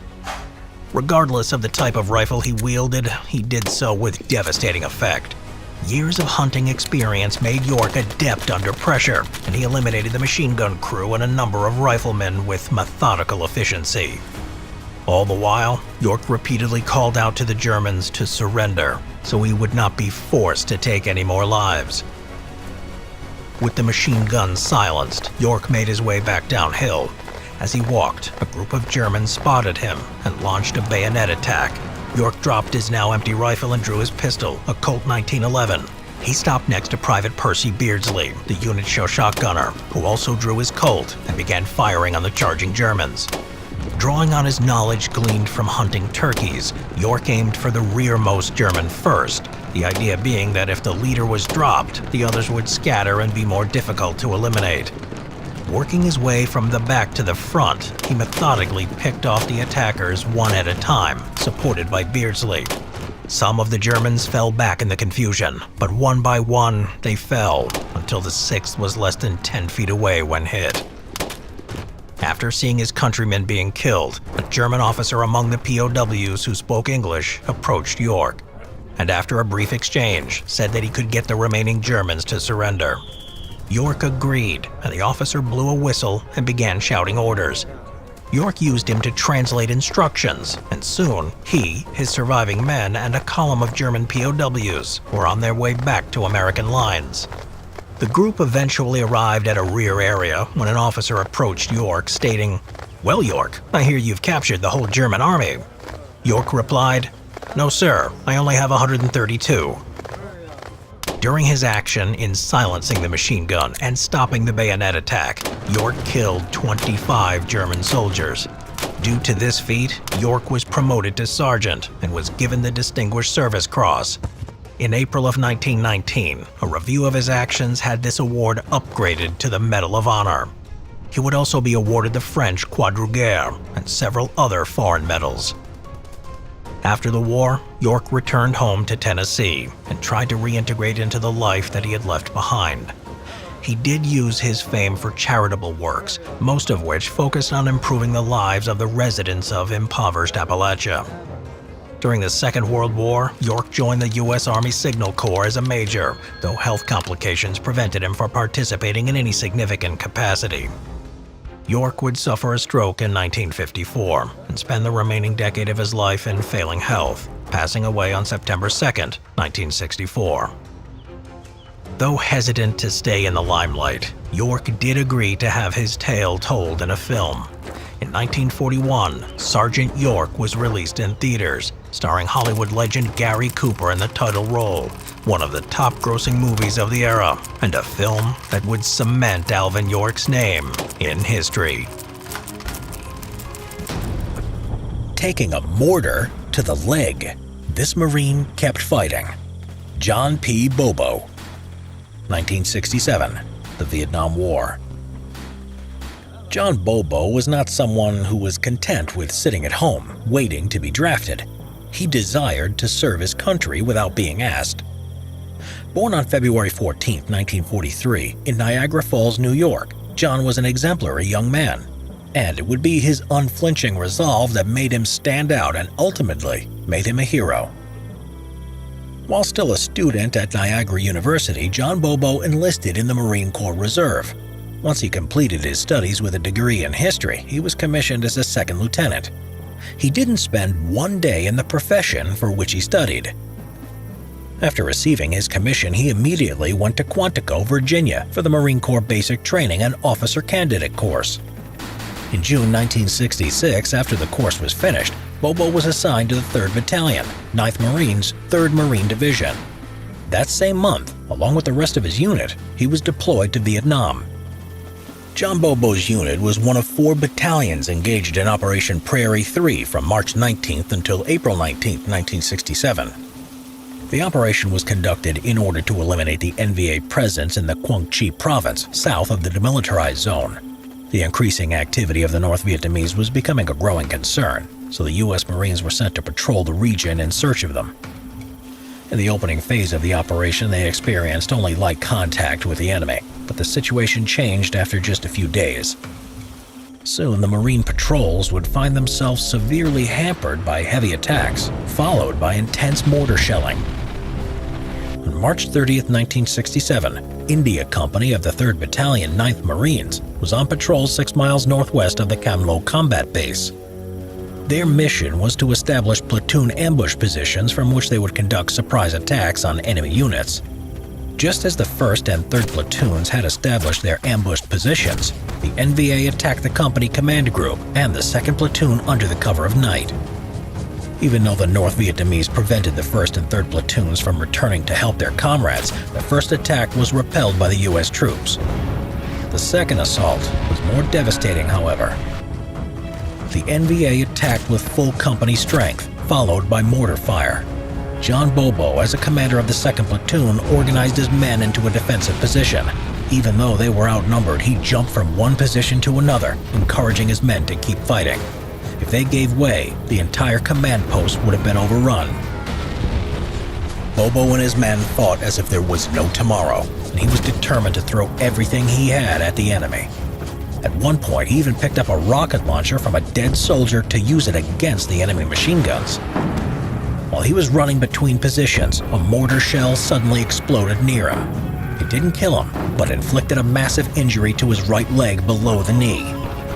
The platoon's medic rushed to evacuate him, but received a stiff rejection. Not only did Bobo refuse to leave the combat area, but he insisted that the medic help him to place himself in a firing position to provide cover for the rest of the group and allow them to move to a better position to engage the enemy. He needed to stop the heavy bleeding from his leg, so he used his web belt as a tourniquet and kneeled so that he could press his injured leg into the ground. With his lower leg torn apart, John Bobo continued to fight off the enemy from his position for some time, until he was mortally wounded by enemy fire. His unshakable courage in the face of the enemy helped the rest of the unit reach a protective position. from which they managed to repel the attack with the help of helicopter gunships. The battle ended with 16 Marines killed and 47 wounded. Once the firing stopped, the Marines evacuated to their combat base, carrying along the dead body of their second lieutenant, John Bobo. His body was later returned to the United States and buried in the Gate of Heaven Cemetery in Lewiston, New York. For his bravery shown in combat on March 30th, 1967, John Bobo was posthumously awarded the Medal of Honor. It was not the only award he received for his service. In addition to the Medal of Honor, he also received a Purple Heart Medal, a Combat Action Ribbon, and 2 medals awarded to him by the South Vietnamese government, the National Order of Vietnam Medal, and the RVN Gallantry Cross Medal. Because of John Bobo's dauntless courage and bravery, his men lived to fight another day. As noted in his Medal of Honor citation, his bold initiative reflected the highest traditions of the Marine Corps. We got a Black Hawk going down. We got a Black Hawk going down. Roger, bird down. A U.S. convoy is being delayed after being forced to navigate through the streets of Mogadishu in Somalia, overcoming obstructions placed by Somali militia. While waiting for their arrival, Somali fighters begin to converge on the area, with a hovering Black Hawk helicopter presenting a perfect target. One opens fire with an RPG, 16-20 hours. The RPG round slams into one of the Black Hawks, call sign Super 6-1, piloted by Chief Warrant Officers Cliff Wolcott and Donovan Briley, which begins to spin out of control, plummeting to the ground. Both men are killed on impact, and the rest of the crew are seriously wounded. Immediately, the operation shifts to a rescue mission, with U.S. forces diverting to the crash site. In the early 1990s, famine gripped Somalia, and relief efforts were continually thwarted by intense clan violence. In 1992, a U.S.-led peacekeeping effort, Operation Restore Hope, was initiated, attempting to bring humanitarian aid to the African country. In spite of these efforts, warlord Mohammed Farah Aidid continued to attack UN workers. In response to this, Operation Gothic Serpent, later known as the Battle of Mogadishu, was launched to capture or eliminate Aidid and his top commanders. On October 3rd, based on intelligence gathered about a meeting between Aidid and his lieutenants at the Olympic Hotel, Task Force Ranger, which was made up of members of the 75th Ranger Regiment, Delta Force operators, helicopter crews from the 160th Special Operations Aviation Regiment, and other Special Forces personnel, launched a snatch and grab mission. It was a simple plan that should have taken 30 minutes. That's when things spiraled out of control. 16-40 hours. With attention occupied on the downed chopper, things would go from bad to worse. About 20 minutes later, another RPG round hits a different Black Hawk, Super 6-4, piloted by Chief Warrant Officers Mike Durant and Ray Frank. Clipping the tail rotor, the helicopter initially manages to stay aloft, but then the rotor assembly disintegrates, which sends the Black Hawk plummeting to the ground. The falling helicopter crashes into a group of huts before careening to a halt. At the point of impact, Durant was knocked unconscious. Regaining his senses sometime later, he sees Frank sitting at the door of the crashed Black Hawk, pushing himself out. That was the last time he would see his co-pilot. The fate of the rest of the crew at this point is unknown. Durant is unable to move, the impact fracturing his femur and crushing several vertebrae. Resigned to his fate, he takes off his helmet, gloves, and watch for reasons he couldn't explain, and preparing to defend himself as best he can, he raises his MP5 and waits for the worst. It was now that he received some unexpected help. Master Sergeant Gary Gordon was born in 1960, growing up in Lincoln, Maine. He joined the Army at the age of 18, and after an assignment with the 10th Special Forces Group, he joined Delta Force. Sergeant First Class Randy Shughart was born in 1958 in Lincoln, Nebraska. He enlisted in the Army while in high school, eventually earning his Ranger tab before leaving the service. He would re-enlist as a Ranger before being assigned to Delta Force. During Operation Gothic Serpent, both men were to stay airborne, riding in Black Hawk call sign Super 6-2, providing sniper cover while the operation was underway. When Super 6-4 was shot down, most of the attention is concentrating on reaching the crash site of Super 6-1. With a large number of Somali militia converging on the wreckage of Super 6-4, a relief column is sent to reach the crash site, though this is turned back due to heavy resistance, as is another force sent by the 10th Mountain Division. 1642 hours. With no one to aid the downed Black Hawk, Gordon and Shughart asked to be inserted to protect the survivors. Their request is denied. It's stated by their commanders that they will be more useful providing air cover. More to the point, though, were the odds. A pair of Delta snipers against what seemed like half the city? Everyone knows it would be a one-way trip. They ask a second time, knowing that with each passing moment, the downed crew's chances were slipping away. A third time, they ask, and finally, their request is approved. Super 6-2 lands about 100 yards from the crash site, and Shughart and Gordon leap out. A third man in their team, Sergeant First Class Brad Hollings, stays aboard the Black Hawk, using the door-mounted minigun to cover them from the air, taking over from the crew chief who has been wounded. When they reach the crash site, Gordon and Shughart move Durant from the helicopter and arrange the other members of the crew as best they could into a defensive perimeter, though there are some reports that they are already dead by the time the Delta snipers arrive. Durant was under the impression that they were about to be rescued and that a convoy or helicopter would be picking them up shortly, though this was not the case at all. Super 6-2 continues to circle the crash site, the minigun wielded by Hollings providing what cover he could, until that Black Hawk is also hit by an RPG and small arms fire. Hollings had his leg blown off, and both the pilot, Chief Warrant Officer Mike Gofina, and co-pilot Jim Yaccone are also wounded.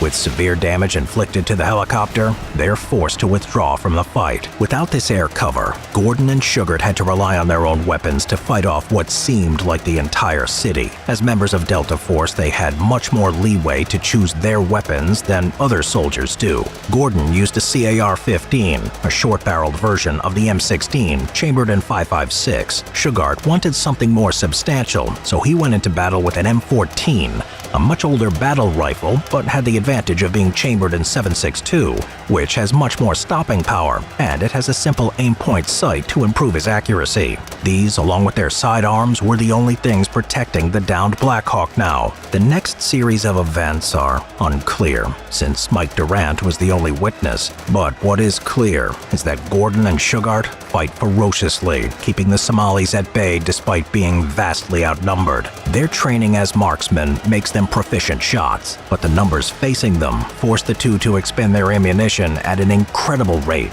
With Durant doing what he can with his MP5, the battle continues as ammunition runs low. In the middle of the fight, the men rummage through the crashed Black Hawk, gathering every round and functioning weapon they could get their hands on. But this wasn't enough. There are frantic calls on the radio for help, and there are some indications that a reaction force is on the way, but this never materializes. 1740 hours. There's some controversy as to what happened next. Official reports claim that Shughart was killed first, and that Gordon gave Durant his rifle with the last few rounds in it. Others claim that Gordon was hit first. Durant was given a CAR-15, and it's highly unlikely that Shughart would give away his prized M14. And at least one witness remembers hearing Shughart over the radio at this point. Either way, one of the two is killed, and the other picks up the fallen rifle, handing it to the paralyzed Durant. He simply said, "Good luck," and then turned back to the fight. A few moments later, Durant hears Shughart cry out in pain and then falls silent.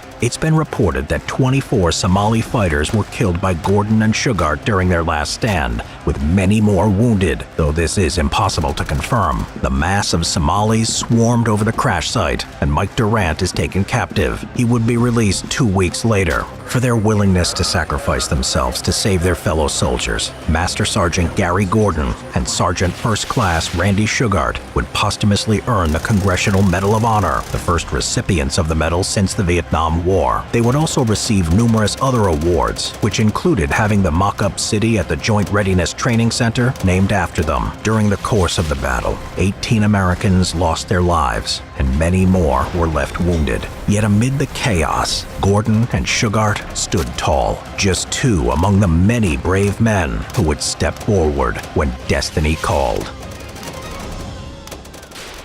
Jack Lucas, the teenage Marine who jumped on 2 grenades to save his comrades. During World War II, the youngest recipient to be awarded the Medal of Honor was Jacklyn H. Lucas, who was only 17 years old when he received it for the courage that he showed in combat during the Battle of Iwo Jima. Jack was born on February 14, 1928, which meant that he was only 14 years old when he enlisted into the U.S. Marine Corps in August 1942. He was quite muscular and mature for his age, as he took part in a lot of sporting activities, but he forged his mother's signature on a parental consent form stating that he was 17 years old. He enlisted with the Marine Corps Reserve at Norfolk, Virginia, where he was then sent to the recruit depot at Parris Island in South Carolina for his initial basic training. During this period, his instructors became aware of his outstanding performance on the shooting ranges, and he easily qualified as a sharpshooter. What they didn't know was that he used to attend the Edwards Military Academy in Salemburg, North Carolina as a cadet, where he practiced and developed his shooting skills. After a year of passing through various training camps, he was sent to the 6th Base Depot in Pearl Harbor, Hawaii on November 4, 1943, where he joined the 5th Amphibious Corps. When Jack arrived at Hawaii, other elements of his corps were preparing to depart for Tarawa, whilst other units were already deployed on the Gilbert Islands, the Marshall Islands, and the Mariana Islands. But Jack wasn't able to participate in any of these invasions. The reason for this was that the mail censors had read one of Jack's letters that he had written to his girlfriend back home, in which he had mentioned his true age by mistake. The Marine Corps were going to discharge him and send him home. But when he told them that he would just go and join the Army instead, they let him stay. But he would only be allowed to drive a truck about on the military base at Hawaii. When he learned that the 5th Amphibious Corps were being sent to Iwo Jima, he was desperate to go with them. So on January 10, 1945, he walked out of the camp in his service uniform and didn't return that evening for roll call. He went on record as being absent without leave and was put under suspicion of desertion. The truth was, however, completely different. When he left the base, Jack took with him his field uniform and boots. He changed his uniform and boarded the USS Duel. On board the ship was the 1st Battalion 26th Marines of the 5th Marine Division, departing for Iwo Jima. Jack self-willingly joined the unit so he could participate in the landings on the island. He believed that this would be his last chance to see action against the Japanese. For a long time, Jack kept his head low on the ship. However, on February 8th, he reported to the commander of the C Company, Captain Robert Dunlap, and told him what he had done. If he had kept on hiding for another day, he would have found himself on the list of deserters. Jack's case was considered by Lieutenant Colonel Daniel C. Pollock, in command of the 5th Marine Division. Impressed by the youngster's courage, Pollock decided to let Jack Lucas remain in Captain Dunlap's company, although he was actually unaware of Lucas's true age. His only punishment was a reduction in rank from private first class to private. Needless to say, Jack was extremely pleased with such a mild punishment. On February 19, 1945, along with the rest of the 5th Marine Division, Jack Lucas landed on Iwo Jima. The story of how Jack earned his Medal of Honor on Iwo Jima borders on a miracle. It was February 20th, the second day of the battle. Jack was sweeping the Japanese foxholes and trenches with his comrades from C Company. While engaging the enemy from a trench, Jack noticed 11 Japanese soldiers emerging from a tunnel in a nearby trench. Immediately, the squad opened fire on the enemy, killing them all. Jack was so surprised how they came out of nowhere so suddenly that he fired his rifle from the hip at them. At one point, his gun jammed, so Jack looked down, trying to take out the cartridge that had got stuck. That was when he saw 2 grenades lying on the bottom of the trench in front of his comrades. In the heat of the battle, no one had noticed the grenades being thrown at them. There was no time to throw them back, so Jack yelled, "Grenades!" and dived towards them. He rammed one of them into the soft volcanic ash, covering it with his body and rifle, and grabbed the other one and shoved it beneath him. The latter didn't explode, but the first one did, and the blast threw him into the air. None of the other soldiers were injured. The explosion injured Jack's chest and lungs, as well as his neck and the entire right side of his body. Still, he remained conscious. He started to suffocate as his mouth filled with blood, and then his whole body began to go into convulsions. His comrades called out for a medic and started to move on when help arrived. The corpsman gave Jack a shot of morphine and bandaged his wounds. Suddenly, a Japanese soldier emerged from a hole and charged towards the pair of them. Usually, medics were unarmed, but this one had a carbine. He emptied the entire clip into their attacker and killed him on the spot.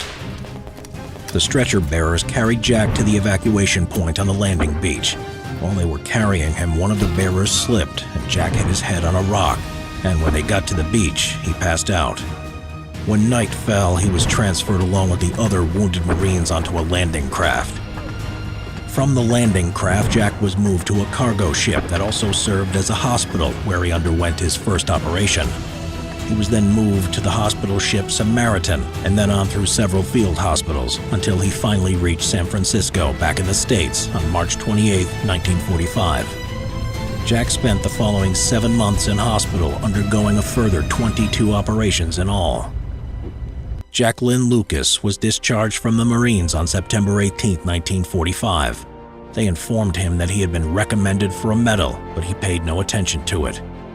Less than a month later, however, Jack received a call to attend a medal award ceremony in Washington, D.C. on October 5, 1945. President Harry Truman presented him with the Medal of Honor. Jack died of leukemia in 2008, aged 80 years old.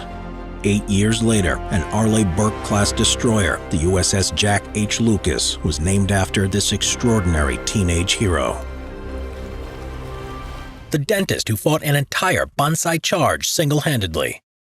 1944, World War II. A dentist often strikes fear into their patients. The dreaded sound of the drill and the excruciating pain that comes with dental treatment is often too much for most of us to bear. Good dental health is important to a soldier too, as they need to concentrate in battle and not be distracted by a painful toothache. Such a role was assigned to Ben L. Salomon, who was a dentist in the U.S. Army. He was born in 1914 in Milwaukee, Wisconsin, and had a happy childhood, being heavily involved in the Boy Scout movement. Salomon went on to university and then dental school. When he graduated in 1937, he set up his own successful dental practice in Los Angeles. But then in 1940, Salomon was drafted into the U.S. Army as America prepared for war. He was initially assigned to the infantry as a private and qualified as an expert in the use of small arms weaponry. However, he was quickly transferred to the Army Dental Corps and was commissioned as a first lieutenant. By all accounts, he was an excellent soldier and liked by all those around him. By 1944, he had risen to the rank of captain and had been assigned to the 27th Infantry Division, whose nickname was the Orion's Roughnecks due to the unit's Irish New York roots. At the beginning of June 1944, Salomon was finally about to taste combat for the first time, when his division was transferred to Pearl Harbor in order to join a large U.S. amphibious invasion force that was about to set off at the Japanese-held Mariana Islands. The reason why this island group was so strategically important to the U.S. was that capturing them would allow the new U.S. B-29 Superfortress heavy bombers to be stationed within range of the Japanese mainland. On June 15th, after a massive U.S. naval bombardment that had lasted for 2 days, 8,000 Marines supported by amphibious tanks landed ashore at Saipan, one of the most important islands in the Mariana Island group. The Japanese were well prepared on Saipan with numerous minefields, barbed wire, pillboxes, and entrenched troops. They would launch several major counterattacks that included fighter-bomber aircraft. Nevertheless, by nightfall, the U.S. forces had secured a beachhead and were pouring ashore in increasing numbers. The next day, Salomon and the Roughnecks landed ashore and joined in the fighting. Over the next few weeks, the Japanese continued to counterattack again and again, resulting in heavy casualties on both sides, which often ended in bitter and bloody hand-to-hand fighting. With the U.S. casualties mounting, Salomon volunteered to move up to the front line to replace the battalion surgeon who had been severely wounded. On July 7th, just as the battle was finally coming to an end, Salomon found himself supervising a forward field aid station at the edge of the front line, when the enemy unexpectedly launched their final major counterattack. In fact, it was one of the largest assaults by the Japanese during the whole of the Pacific campaign. In desperation, 5,000 Japanese soldiers had charged forward with bayonets fixed in a near-suicidal attempt to push the Americans back. The ill-prepared Americans were caught totally by surprise by the sheer brutality and scale of the attack. The Japanese succeeded in breaking through the forward perimeter of the American front line and threatened to overrun the whole sector. Nevertheless, Salomon stayed at his post, despite it being less than 50 yards from the front line, and continued to attend to the growing number of wounded that were arriving at the station. Then the situation became much more desperate as he became aware of an attack on the station by Japanese soldiers. He saw some of the enemy starting to bayonet some of the helpless, wounded patients outside the station's main medical tent. Without a moment's hesitation, Salomon grabbed the nearby M1 Garand semi-automatic rifle from one of his wounded patients and killed the enemy soldiers. Then he returned inside of the main tent to try to continue his job of saving the lives of the patients. But moments later, 2 other Japanese soldiers stormed into the tent itself. Salomon reacted quickly and shot them both dead, only to realize 4 more enemies were crawling into the tent from the sides. Fearing for his patients' lives and without a thought for his own safety, he rushed forward, attacking the group of enemy soldiers. He kicked a knife out of the hand of the first enemy soldier, then shot him dead. He then turned and shot the second soldier, who collapsed mortally wounded onto the floor.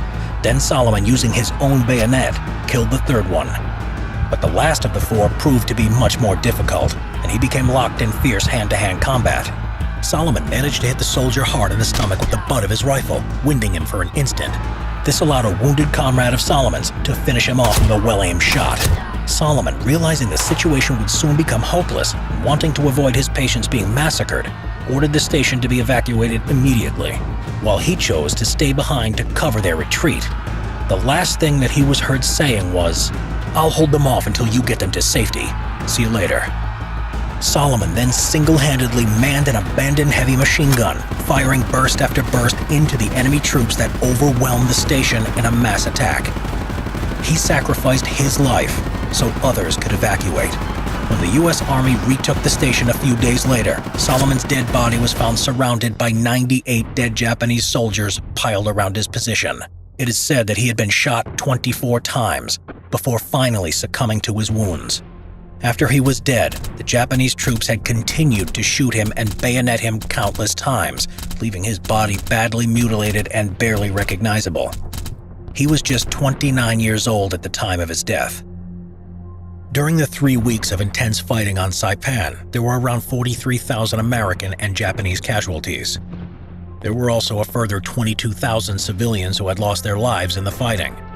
So distraught was the enemy at losing the battle that thousands of Japanese soldiers and civilians committed suicide rather than face the shame of surrendering. Salomon was not truly recognized for his selfless heroism and sacrifice until 2002, nearly 60 years after his death, when he was finally awarded America's highest military honor, the Medal of Honor. The reason why it had taken so long for Salomon's bravery to be fully recognized was that the Geneva Convention that governs how wars can be fought stated that military medical personnel cannot use weapons in battle. But the U.S. authorities had misinterpreted this rule, as it was meant to apply only in offensive situations, whereas in Salomon's case, he was clearly using it to defend himself and protect his men. The Sioux Indian giant of the Korean War. The Korean War is often referred to as the Forgotten War, often being overshadowed by other conflicts such as World War II and the Vietnam War. In spite of this obscurity, there are many acts of heroism that deserve recognition. One of these came from Woodrow Keeble, the first full-blooded Dakota to earn the Congressional Medal of Honor. Woodrow Wilson Keeble, nicknamed Woody, was born on May 16, 1917, on the Siston-Wapton Reservation in Waubay, South Dakota. Early in his childhood, he would move to Wapton, North Dakota. He and his parents were full-blooded members of the Siston-Wapton-Oyate Nation of the Santee Dakota tribe. Keeble was enrolled in the Wapton Indian School, now called the Circle of Nations School, a boarding school where he was given a strictly disciplined upbringing. While there, he excelled in athletics, his endeavors aided by his large and robust size. In particular, he stood out playing baseball, especially pitching, and led his amateur team to a 10-0 record, something that drew the attention of talent scouts for the Chicago White Sox. Any chances of a professional baseball career ended on December 7, 1941. With the United States at war, Keeble enlisted in the North Dakota National Guard and was soon assigned to the 164th Infantry Regiment.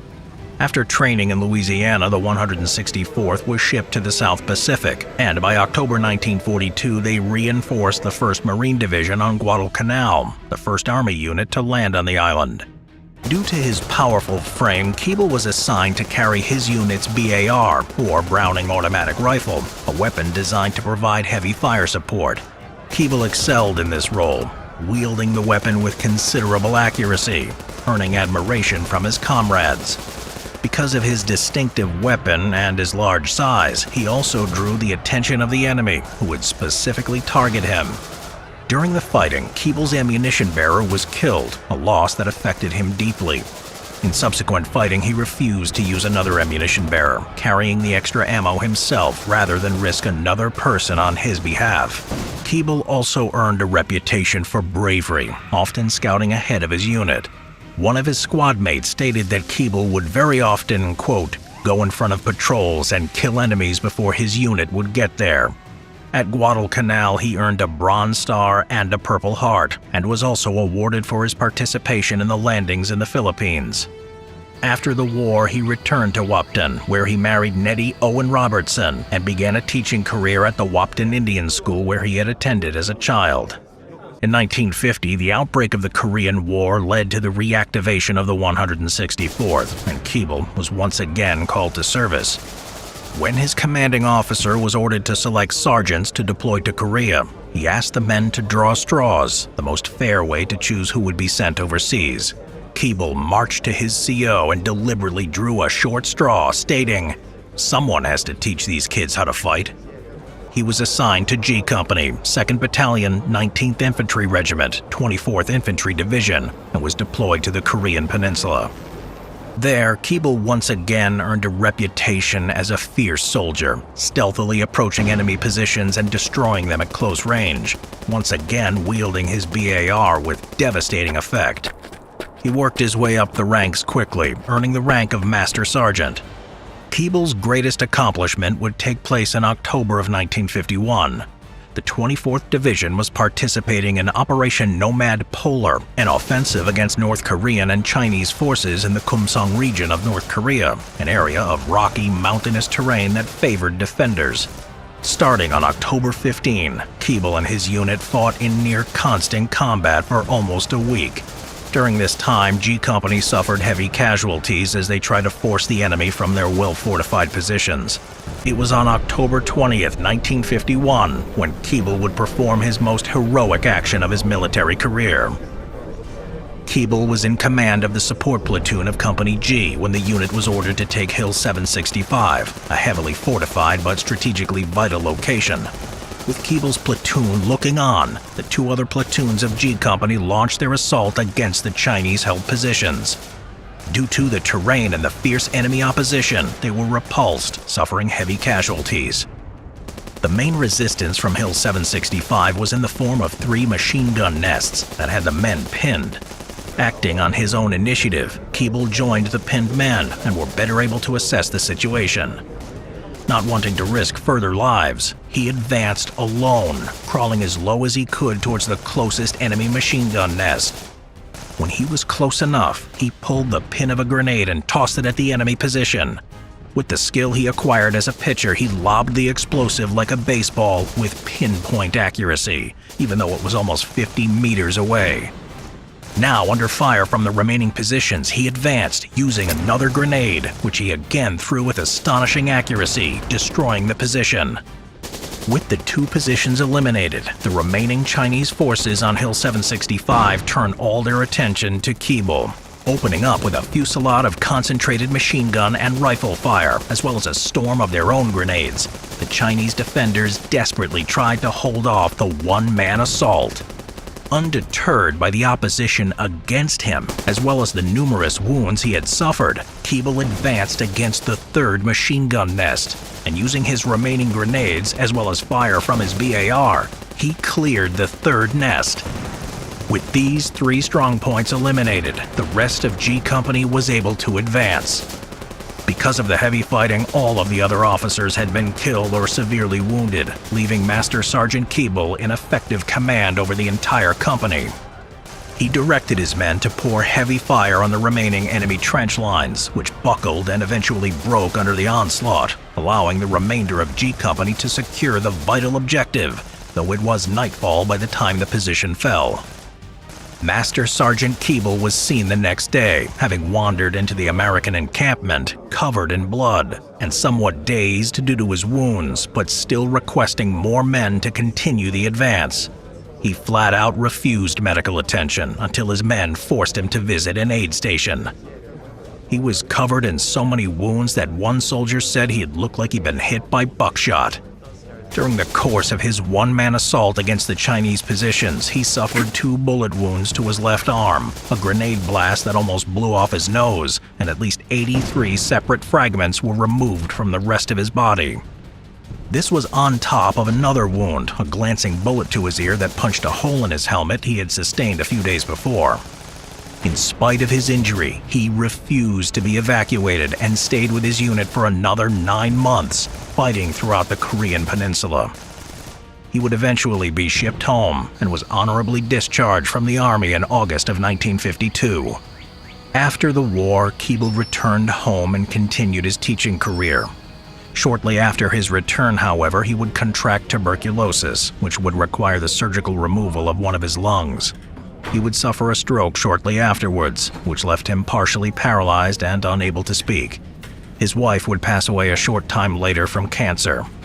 He would remarry in 1967, though he would remain unable to speak for the rest of his life. Keeble would pass away on January 28, 1982. For his actions in Korea, Master Sergeant Woodrow Wilson Keeble would be awarded the Distinguished Service Cross, in addition to 2 Silver Stars, the Bronze Star with V device, the Combat Infantryman's Badge, and 4 Purple Hearts. After his death, his family embarked on a lengthy campaign to have his award for actions in Korea upgraded to the Medal of Honor, their efforts joined by all 4 senators of North and South Dakota. After reviewing the case, the U.S. Army agreed, and on March 3, 2008, Master Sergeant Woodrow Wilson Keeble was posthumously awarded the Congressional Medal of Honor, which was presented by George W. Bush to his stepson, Russell Hawkins, making Keeble the first full-blooded member of the Dakota Nation to earn the highest honor the American military can bestow. In addition, the Circle of Nations School Gymnasium, Veterans of Foreign Wars Post 4324, and a section of U.S. Highway 12 near Waubay, South Dakota, all bear his name. Perhaps the greatest honor, though, was the admiration from the men he fought alongside. One of the men he served with on Guadalcanal stated simply, "The safest place to be was right next to Woody." The Green Beret who went on a one-man rampage. Roy Benavidez, the Vietnam War. Roy Benavidez's life had been rough as a child. Both his parents had died. He was bullied by his classmates because of his mixed Yaqui Indian and Mexican heritage and had to leave school in 8th grade to help his family.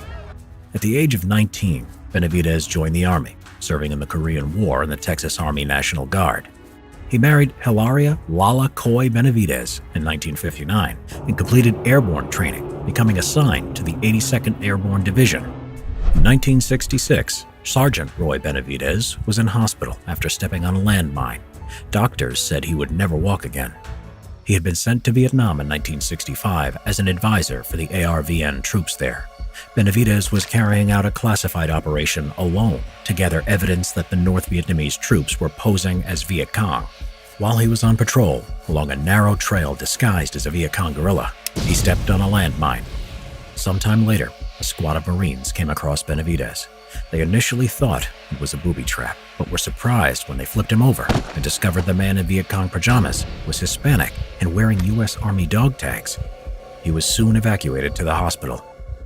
In hospital in the U.S. 2 months later, Benavidez had recovered and awoke. His memories came back to him. The doctor told him he would never walk again. His spine had been damaged and his brain had rattled in his skull. Nevertheless, Benavidez, sitting in his wheelchair, begged the doctors not to discharge him from the Army. The Army was his life. Determined, Benavidez got up from his bed night after night, dragging himself to the wall and putting weight on his legs.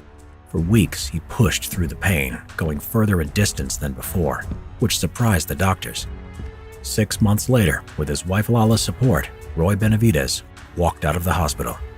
He was promised only a desk job at Fort Bragg, North Carolina, but determined and exercising every day, he trained vigorously and qualified for the Special Forces, also known as the Green Berets. He would be assigned to Detachment B-56, 5th Special Forces Group Airborne, 1st Special Forces. 6 hours in hell. Now it was 1968. Staff Sergeant Roy Benavidez, now with the code name Tango Mike Mike, was back in Vietnam and was off-duty attending church, but his mind was fixed on the panicking radio chatter from the front lines. In Loc Ninh, Vietnam, near the Cambodian border, a 12-man Special Forces reconnaissance team, which included his close friends, Sergeant First Class Leroy Wright, Staff Sergeant Lloyd Frenchie Mousseau, Specialist 4 Brian O'Connor, and 9 Montagnard tribesmen who were part of the Civilian Irregular Defense Group Program, or CIDG, were surrounded by a battalion numbering 1,000 battle-hardened North Vietnamese soldiers. Everyone in the unit had been wounded or killed in earlier fighting, and 3 of the helicopters sent to rescue them had been unable to extract them due to heavy enemy fire. When the helicopters returned, they were riddled with bullets. One of them, the door gunner, Michael Craig, age 19, had been hit several times and died in Benavidez's arms. There was no way Benavidez was going to leave his friends out in the jungle. Benavidez jumped onto a returning helicopter that was going back in, volunteering so quickly that he didn't have time to get his M16, so was only armed with a Bowie knife and medical supplies. Benavidez described it as going into autopilot. As he was approaching the extraction zone, Benavidez realized his fellow team members were too severely wounded to run the distance to the helicopter. There was so much enemy gunfire that the pilot, Larry McKibben, had to zigzag in an attempt to dodge it, but was nevertheless able to provide covering fire. Benavidez jumped out with a medical bag and ran through the jungle to the wounded men under heavy enemy fire, taking a shot to the leg, which he initially thought was a thorn bush. He found Mousseau first against a tree whose eyeball had been shot out and was hanging down his cheek, but was determined to keep shooting back. The CIDG were in a pool of blood and patched up as best they could. Benavidez dragged everyone into a defensible position to direct their fire at the enemy and provided morphine to the wounded. He then saw O'Connor and an interpreter CIDG who he motioned to move over to him, but the gunfire started again and they took cover. Another round then hit Benavidez in his thigh. On adrenaline, he popped the green smoke for McKibben in the rescue helicopter to pick them up. While everyone who could move got into the chopper, he suppressed the tree line with an AK-47 he had picked up to cover O'Connor and the interpreter who crawled towards the helicopter. Now Benavidez was looking for the team leader, Sergeant First Class Leroy Wright, who had been killed and who also had intel on him that could not get into enemy hands. Benavidez found his body and proceeded to drag him to the chopper when he was shot again, this time in the stomach, and hit in the back by shrapnel from a nearby grenade, knocking him out. When he awoke, Benavidez was forced to leave his dead friend's body. Disaster had also struck. The chopper had crashed to the ground from enemy fire. The pilot, McKibben, was dead. 5 of the men on board, including Mousseau, survived the crash, as did O'Connor and the interpreter who didn't get into the helicopter. Benavidez pulled them out of the wreckage, dispensed morphine, set up a perimeter around the crash site, and called in heavy air support from the F-100s above, which dropped napalm on the enemy position. When the jets ran out of fuel and had to leave, the enemy machine gun fire started again. Benavidez gave O'Connor a 3rd shot of morphine and took another bullet to the leg. Their position was surrounded by North Vietnamese soldiers. It looked hopeless. But a helicopter finally came to their rescue. Benavidez and the rescue team carried and dragged the wounded men onto the chopper, but the landing zone was still being fired upon by NVA troops, to the extent that 2 men were shot in the back as they crawled to it. Shrapnel wounds to his face from earlier caused Benavidez's vision to be blurred from the blood in his eyes. When he went to get Mousseau, an NVA soldier butted his rifle into Benavidez's head and jaw and slashed his arm with his bayonet. He shouted to O'Connor to shoot, but he was too drugged from morphine to react. Benavidez pulled out his Bowie knife and stabbed the NVA soldier till he was dead.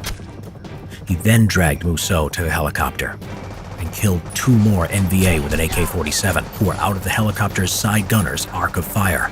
And then he made one more trip to get the interpreter and destroy any classified material, with blood still obscuring his vision. Only then did he allow the others to pull him onto the helicopter, the last man to leave the battlefield. At this point, the round that had hit his stomach had exposed his intestines, which he was trying to hold in with his hands. a helicopter, badly shot up and with no instruments left, managed to take off.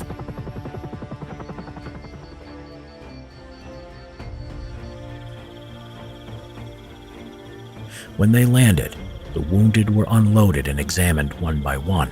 It had turned out that Benavidez had even loaded 3 dead enemy soldiers into the helicopter in case they had classified materials. They were left to the side, as was Benavidez. He couldn't move or speak because of the broken jaw from the rifle butt. The blood over his eyes had glued them shut, and with 37 bayonet, bullet, and shrapnel wounds all over his body, he looked dead. Medics started placing him in a body bag and started zipping him up when a friend noticed him and said, "That's Roy Benavidez." The doctor said there was nothing that could be done, but Benavidez mustered his last bit of energy and spat in the doctor's face, causing the doctor to say, "I think he'll make it." He was flown to Japan for intensive surgery, then Brooke Army Medical Center, Fort Sam Houston, where he stayed for almost a year. Roy Benavidez had survived 6 hours in hell and saved 8 lives. Benavidez's commander had put him in for the Distinguished Service Cross because the process for awarding a Medal of Honor would take much longer, and he was unsure if Benavidez would live or die before he could have received it. Finally, on February 24, 1981, President Ronald Reagan would present Roy Benavidez the Medal of Honor. Reagan said, "If the story of his heroism were a movie script, you would not believe it." Benavidez said of his actions, "The real heroes are the ones who gave their lives for their country. I don't like to be called a hero.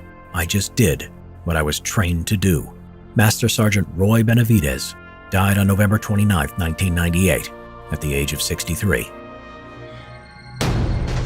The U.S. soldier who fought off 2 waves of NVA while high on marijuana. The Vietnam War, 1970.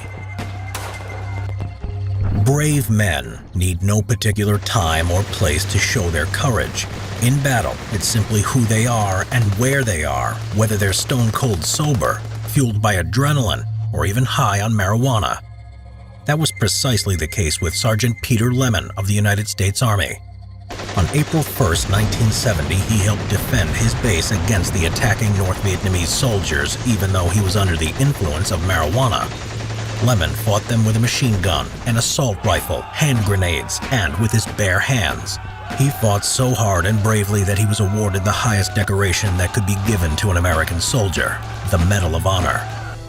The funny thing was, Peter Lemon had not even been born an American. He was actually born on June 5, 1950 in Toronto, Canada. His family background gave you an idea of what kind of material Peter was made of, though. All the men in his family had done their bit and had fought in whatever conflict they had been called up to participate in.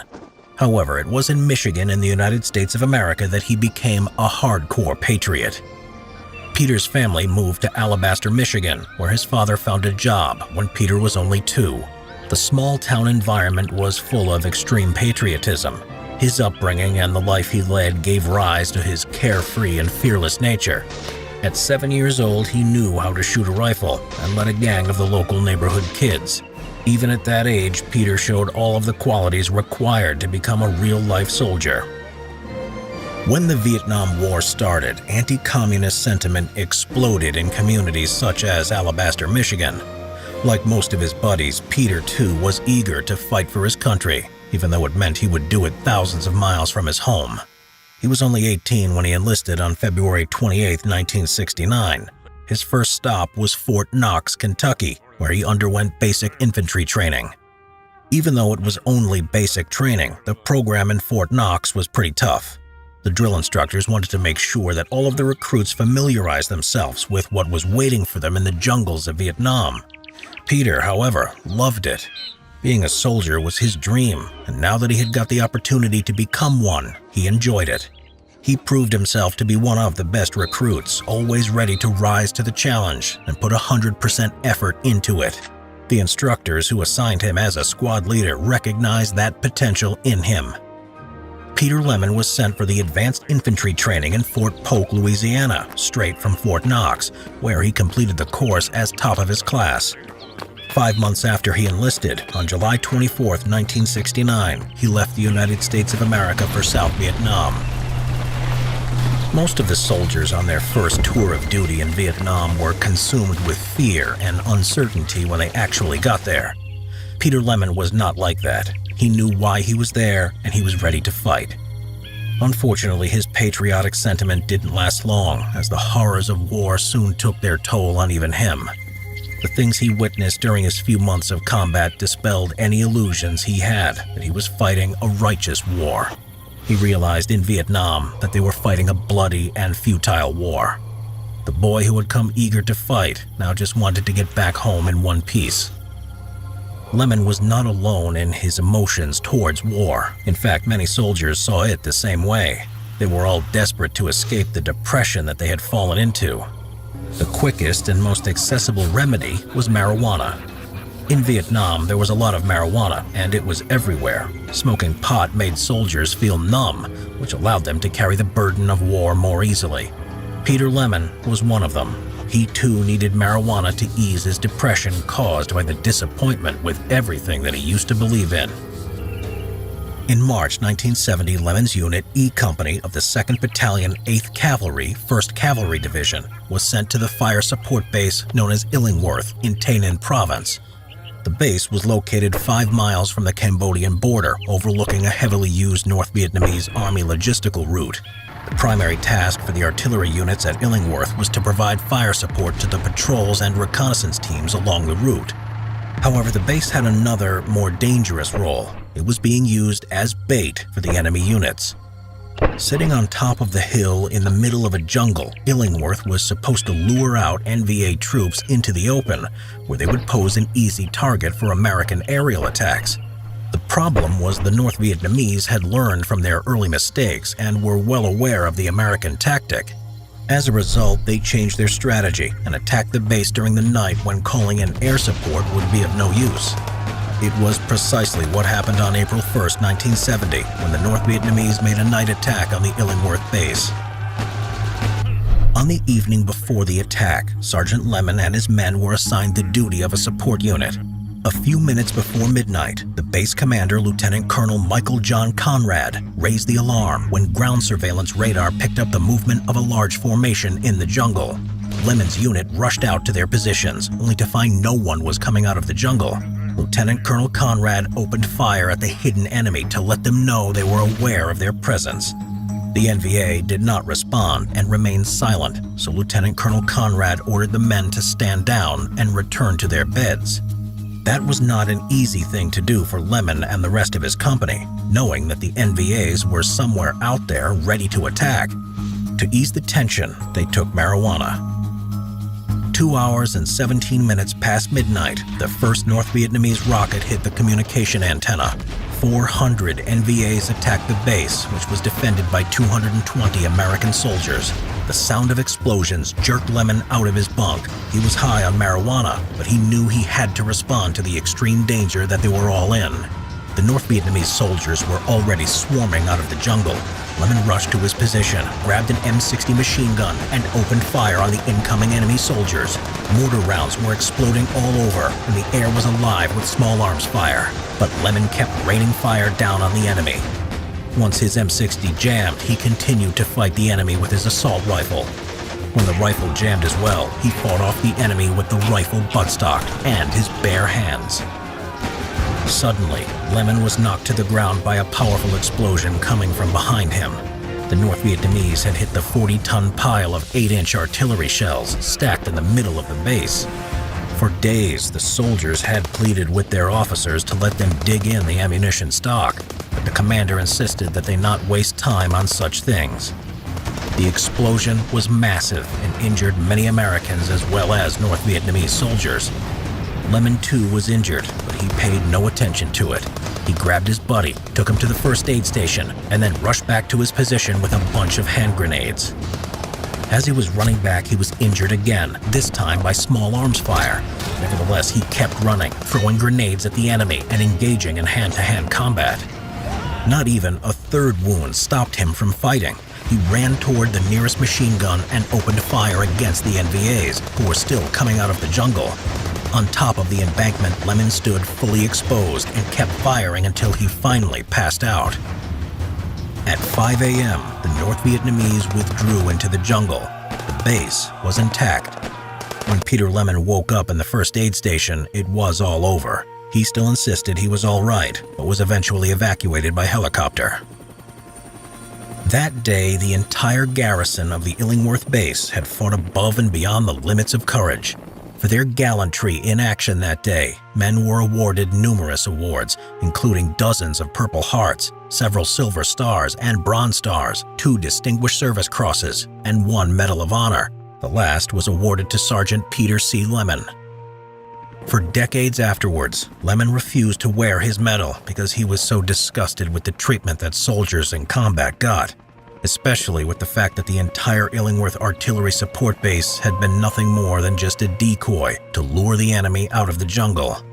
Only later, many years later, did Lemon start to wear his medal in memory of the brave men who had fought alongside him on that day.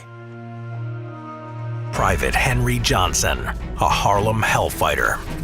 On April 8, 1918, the 369th U.S. Infantry Regiment fought on the French front lines, remaining there for 191 days, longer than any other American unit across the whole of World War I. They were given the nickname the Harlem Hellfighters by enemy German soldiers, with one prisoner having said his German friends were more hesitant to attack, quote, colored U.S. troops. One of those Hellfighters was Private William Henry Johnson, known just as Henry Johnson. Born in Winston-Salem, North Carolina, Johnson had a variety of jobs before enlisting, including chauffeur, soda mixer, and laborer. He enlisted in the U.S. Army in June of 1917 at approximately 25 years old. His actions during the war would lead him to becoming one of the most famous of all World War I African-American soldiers. The story of his heroism is better known today, but for all his bravery, Henry Johnson did not receive the recognition he should have. This is his story. In 1914, when World War I started, racial laws and tensions were still very much prominent in American society. Black people, or African Americans, were marginalized, segregated, and treated like second-class citizens across society. However, they were deemed good enough to die for America, and African Americans themselves jumped at the chance to prove their worth, believing it would lead to an overall reduction in racial bias in American society. Thus, in 1916, Johnson joined the all-black 15th New York Infantry and formally began training at Lafayette Hall. A year later, when America entered the Great War, the unit was the first in New York to be recruited to full strength due to an outpouring of African American volunteers. But white Americans still were unwilling to fight alongside their African American counterparts. Because of this, the American Expeditionary Forces commander, General John J. Pershing, instead assigned Johnson and the 15th New York away from American troops. In November 1917, Johnson's unit was sent to France, where they were expected to help serve the French Army's 16th Division. The French lacked the racial segregation and bias that was prevalent in American society, and although there were still racial issues in Europe, they happily welcomed the infantry with the title of the 369th U.S. Infantry Regiment and fought alongside them without the same prejudice. On May 15th of 1918, Henry Johnson was guarding a sentry post from midnight to 4 a.m. alongside fellow soldier Needham Roberts. Johnson, already convinced that the German snipers who had been shooting at them earlier were still around, told his sergeant they should send better men who knew their rifles to guard the outpost. His request was laughed off, but Johnson was soon proven right. At around 1 a.m., a sniper fired from the darkness, missing the men. When reported to Sergeant Roy Thompson, all Johnson got in response was a laugh and the comment, "You scared?" Johnson, being brave beyond his years, told his sergeant he didn't fear the snipers, only wanted to warn him of their presence and the potential for an attack. Despite being ignored, Henry Johnson spent the hour laying out precautions that later that night saved his life. Taking a box of approximately 30 grenades, he began laying them out in lines, ensuring easy access should he need them. And he definitely did need them. Less than an hour later, at what Johnson estimates as 2 a.m., he heard the telltale sound of wires being cut and immediately knew a German attack was imminent. Straight away, he tells his comrade Needham to run and tell the lieutenant before throwing his first grenade at where he thought the German soldiers were about to attack from. Somewhere in the confusion, Needham was badly wounded in the hip and arm by a German grenade. Henry told his companion to keep his nerve before instructing him to lie in the trench and hand Johnson grenades so that he could keep the German soldiers at bay. From his position, Johnson continued to lob grenades at the emerging German soldiers, taking plenty of hits in return. As he fought, he was shot at the whole time, taking hits in the head, lip, hand, side, and at some point smashing his foot so badly that after the war was over, he required a silver plate to help fix it. But bullets, injuries, and an unknown number of enemy soldiers wasn't enough to stop Johnson. Surrounded by soldiers, Johnson kept throwing grenades until eventually he had none left. Undeterred, he immediately began shooting his rifle instead, which worked for a while until Johnson tried to put an American cartridge clip in his French-assigned rifle, causing it to jam. It's at this point that most people would think they were done for, but there was a fighting spirit in Johnson, determined to live. Swinging with wild abandon, he began using his rifle as a club instead, jumping into the fray and hitting German soldiers wherever he could reach as they helplessly tried to rush the one-man machine. Not content with his club, Johnson then reached for his bolo knife and started slashing through the air, later saying, "Each slash meant something, believe me." The remarkably modest Johnson later reported there wasn't much to it, but it's unlikely many people could hold off a whole swarm of German soldiers the way he managed. He was still fighting an hour later when help arrived, beating the German soldiers back. The next morning, the true extent of what Johnson had done was revealed. The American regiment found 4 dead German soldiers and evidence of somewhere between 12 and 32 more injured or dead. There were 38 bombs found among dropped bayonets, rifles, and revolvers. "Just fought for my life. A rabbit would have done that," was all the modest Johnson said on the whole attack later. The Germans, on the other hand, would have been forgiven for thinking they were fighting a regiment, not just one incredibly brave man who was determined not to die. It didn't take long for stories of the incredible exploits of Needham and Johnson to make it home to America, earning Johnson the nickname, the Black Death. In France, Johnson became the recipient of the country's military's highest award, the Croix de Guerre. He was the first American to do so. Tragically, America itself was not so kind. Despite what Johnson had done and the way the papers lauded him, he didn't receive the recognition he deserved. When news of his exploits were reported back home in the States, it was by white journalists who, in the same breath as calling him and Needham first-class American heroes, would also refer to African people as, quote, savages or demoniac. Famously, the Battle of Henry Johnson, as it was called, was first reported by Irvin S. Cobb of the Sunday Evening Post, who praised Johnson all while filing his report with racial stereotypes of African Americans. The Black American press, however, immediately lifted up and exalted its 2 heroes of the war. Their papers recognized Johnson and Needham as symbols of racial bravery, manhood, and sacrifice, positioning them as men of extreme valor. On July 5th, the New York 15th Women's Auxiliary honored Henry Johnson's wife and the parents of Needham Roberts, organizing a ceremony at Harlem Casino that over 2,000 people attended. Praise for their actions was bestowed by President Wilson, the governors of New York and New Jersey, and the Secretary of War. For one glorious moment, African Americans thought this could be the turning point of racial relations in the U.S. But it was not to be. By the end of the war, a mere few months later, anti-African American sentiment was at an all-time high. Johnson returned home a severely wounded, disabled soldier. He seemingly received no acknowledgement for his acts of bravery and self-sacrifice and was discharged from the military due to his extensive injuries. Although it's unclear whether or not he received a disability pension, it's unquestionable his time in the war affected him. Unable to hold down a job due to his injuries, he soon turned to drink. Not long later, his wife left him, taking their 3 sons with her. And tragically, Johnson died not long later in 1929 from myocarditis, a result of his injuries during the war. During his lifetime, America failed to acknowledge his actions due to the color of his skin, and it took decades for them to hold themselves accountable and posthumously rewarded Johnson for his actions. In 1996, the now-deceased Johnson received the Purple Heart, the Distinguished Service Cross in 2002, and the Medal of Honor in 2015. Though an attempt to right the wrongs of history is always welcome, to this day Johnson remains a relative unknown instead of the household name he should be, all because he was a black man in a racially prejudiced America. What was the most decorated U.S. combat unit in World War II? During World War II, the United States Army fought bravely on theaters across the entire world. For the gallantry shown in defeating the Axis powers, American soldiers received at least 1 million Purple Hearts. There was one unit, however, that stands out as the most decorated during World War II. It was the 442nd Infantry Regiment, with more than 15,000 awards and decorations. What's curious about this unit is that it consisted entirely of American volunteers of Japanese origin.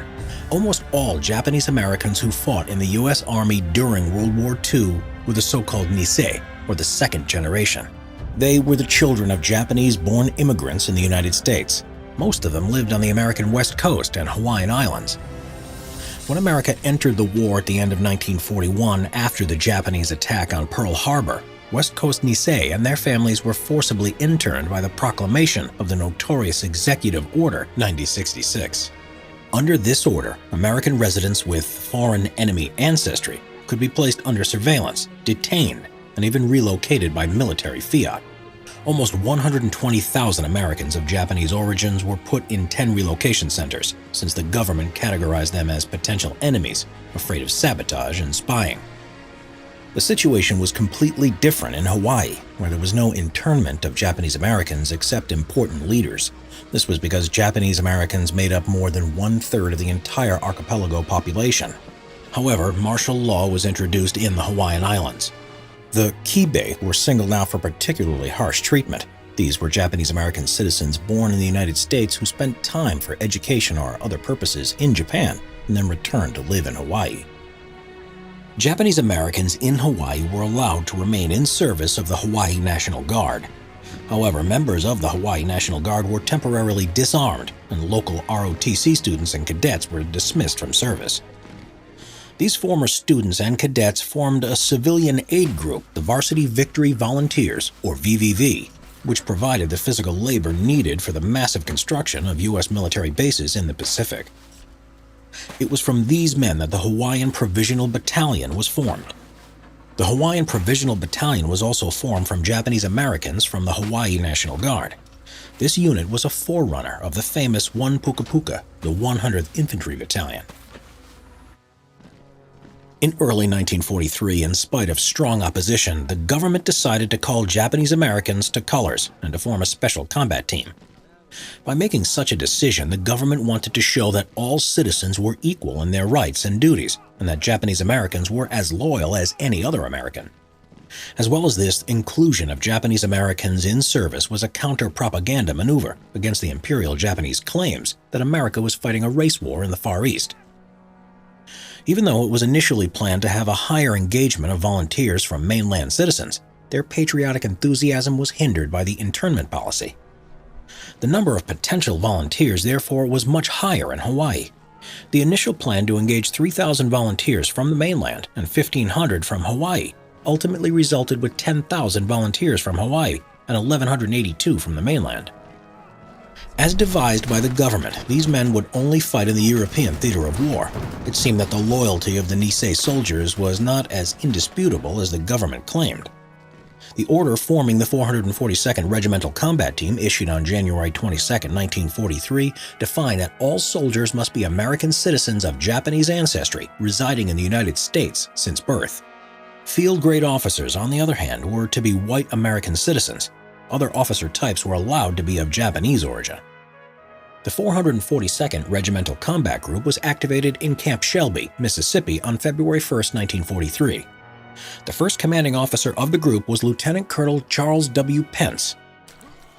The 442nd went through basic training at Camp Shelby, the same camp where the 100th Infantry Battalion was deployed. These two units spent some time in the camp together until August 1943, when the 100th was deployed to Italy. The The 442nd continued its training until the end of the year. After that, group units were sent to field maneuvers, where they showed excellent performance. During all that time, the 442nd was sending replacements to the 100th from their own 1st Battalion. When the time came for the 442nd to leave Europe, the 1st Battalion was almost completely depleted. On April 22nd, the 442nd Regimental Combat Group left Camp Shelby and went to Hampton Roads port of embarkation. The strength of the group was reduced by the depleted 1st Battalion, whose staff remained in Camp Shelby to train replacements. The 442nd arrived at the port of Naples on May 28, 1944. They were immediately attached to the 34th Division, while the 100th, 1 Puka Puka, was put under their command to replace the missing 1st Battalion. On August 10, 1944, the 100th was officially attached as a battalion to the 442nd Regimental Combat Group. They were to replace the missing 1st Battalion, but were allowed to retain their designation because of their previous combat history and the respect they had gained. By the time of the arrival of the 442nd, the 100th already built a respectable reputation. After their arrival to Italy in September 1943, they had been engaged in numerous battles. Their most famous engagement was in the Battle of Monte Cassino, where they earned the nickname of the Purple Heart Battalion. The bravery they showed on the slopes of Monte Cassino was dearly paid. Out of an initial 1,300 men, the 100th was reduced after Monte Cassino to just 521 soldiers. For their bravery in Monte Cassino, the unit was awarded the Distinguished Unit Citation, later known as the Presidential Unit Citation. The first combat engagement for the 442nd and 100th took place on June 26, 1944, in the town of Belvedere, Italy. In their very first engagement, soldiers of the 442nd showed that they were to be a mighty force to contend with. In a coordinated attack, the 100th, 2nd, and 3rd Battalion attacked the well-defended town and managed to break the heavy German resistance, destroying the entire battalion there. In the next period, the unit continued the advance along the western coast of the Italian peninsula, all the way to the city of Livorno. On the hills above the city, the Germans made their last stand and defended this important point. This time, the 442nd Infantry Regiment fought in coordination with the 552nd Field Artillery Battalion, while the engineers of the 232nd Engineer Company were making sure to keep the supply roads accessible. For 3 days, the Germans resisted, but eventually lost the battle. By liberating Livorno, the Allies gained access to an important port for their future operations in Italy. After Livorno, the 442nd Combat Group went to the rear for a deserved rest. Their Italian tour of duty finished in September 1944, as they secured the Arno River as part of the drive against the Gothic Line. At the end of September, the entire combat group was moved to the Naples region, where on the 26th of September, they boarded Coast Guard transports and sailed to France. In Italy, men of the 442nd showed that they were right to be called to arms, but it was in France that they showed what they were truly made of. The entire combat team disembarked near Marseille and immediately went north to the front of the 7th Army near Epinal. After playing a significant role in the battle for Bruyères, the 442nd was relieved and went to Belmont for rest, which wouldn't last long. On October 27th, the entire combat team was called to the front line to relieve pressure on the 1st Battalion of the 141st Infantry Regiment, 36th Infantry, Texas Division. The 1st Battalion was assaulting enemy positions along the heavily wooded ridge only to find itself cut off. In the history of World War II, this unit was known as the Lost Texas Battalion. The 442nd rushed the same day to the ridge and launched an attack against the well-fortified enemy. The progress was very slow this day, mainly because the narrow terrain and thick forest allowed little maneuver. On top of that, they had to fight off the German counterattack, supported by a Mark IV tank and an armored car. The following day was not much different. The Germans were showing fierce resistance. Their artillery and mortar fire was pouring shell fire from above constantly. With shells exploding high in the trees, the 442nd were exposed to tree bursts from which they couldn't find protection. It was only during the night that the soldiers of the 442nd could take rest from the enemy fire, if it wasn't for the rain and very low temperatures that kept them awake. On October 29th, the 442nd continued their attack on the enemy. A platoon of tanks arrived as support. However, whatever approach they made, they were repelled by the Germans. At the moment when defeating the enemy seemed impossible, the word came that the Lost Battalion was in a desperate situation. If they were to be saved, someone had to do it immediately. At that point, Nisei soldiers of the 442nd decided to follow their motto, go for broke, waging everything on one roll of the dice. I and K companies of the 3rd Battalion fixed their bayonets and charged the impenetrable enemy positions, screaming Banzai! Completely surprised by this daring and bold move, the Germans started to flee their positions. A 2-day job was done by 2 Nisei companies in just 2 hours. The attack was followed by a maneuver of the 2nd Battalion, who managed to strike the Germans from their left flank. The 30th, 3rd, and 100th continued their advance, and by the afternoon managed to establish a connection with the lost battalion. Even though the Texans were saved, the battle for the ridge continued. When the 442nd was relieved on November 8th, they had been severely depleted. The average company strength was now only 35 men.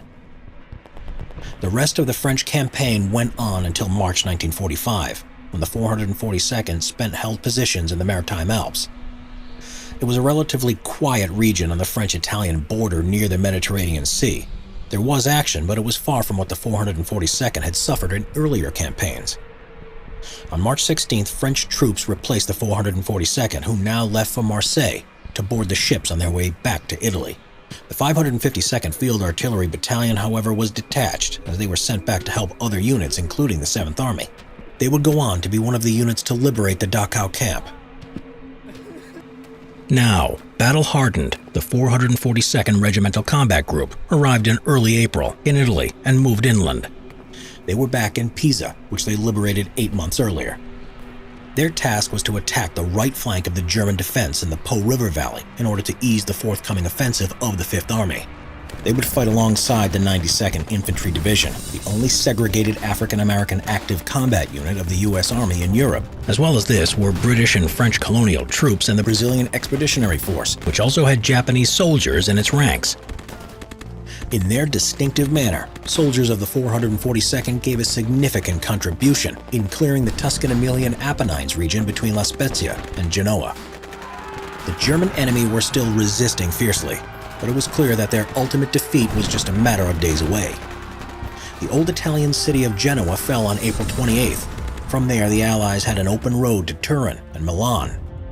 On May 2nd, the last German units in Italy surrendered, and the war was over for the 442nd. When speaking of the 442nd Regimental Combat Group, their records also include operations of the 100th Battalion before it was attached to the 442nd. During the 20 months from September 1943 until May 1945, around 18,000 soldiers served in the unit. They were awarded with more than 15,000 awards and decorations, including 21 Medals of Honor, 29 Distinguished Service Crosses, 1 Distinguished Service Medal, 588 Silver Star Medals, 22 Legion of Merit Medals, 15 Soldiers Medals, 5,200 Bronze Star Medals, 9,486 Purple Hearts, 36 Army Commendation Medals, 87 Division Commendations, 7 Presidential Unit Citations, 2 Meritorious Service Unit Commendations, and a Congressional Gold Medal awarded on November 2, 2011. This made the 442nd Regimental Combat Unit the most decorated of all U.S. Army units in World War II.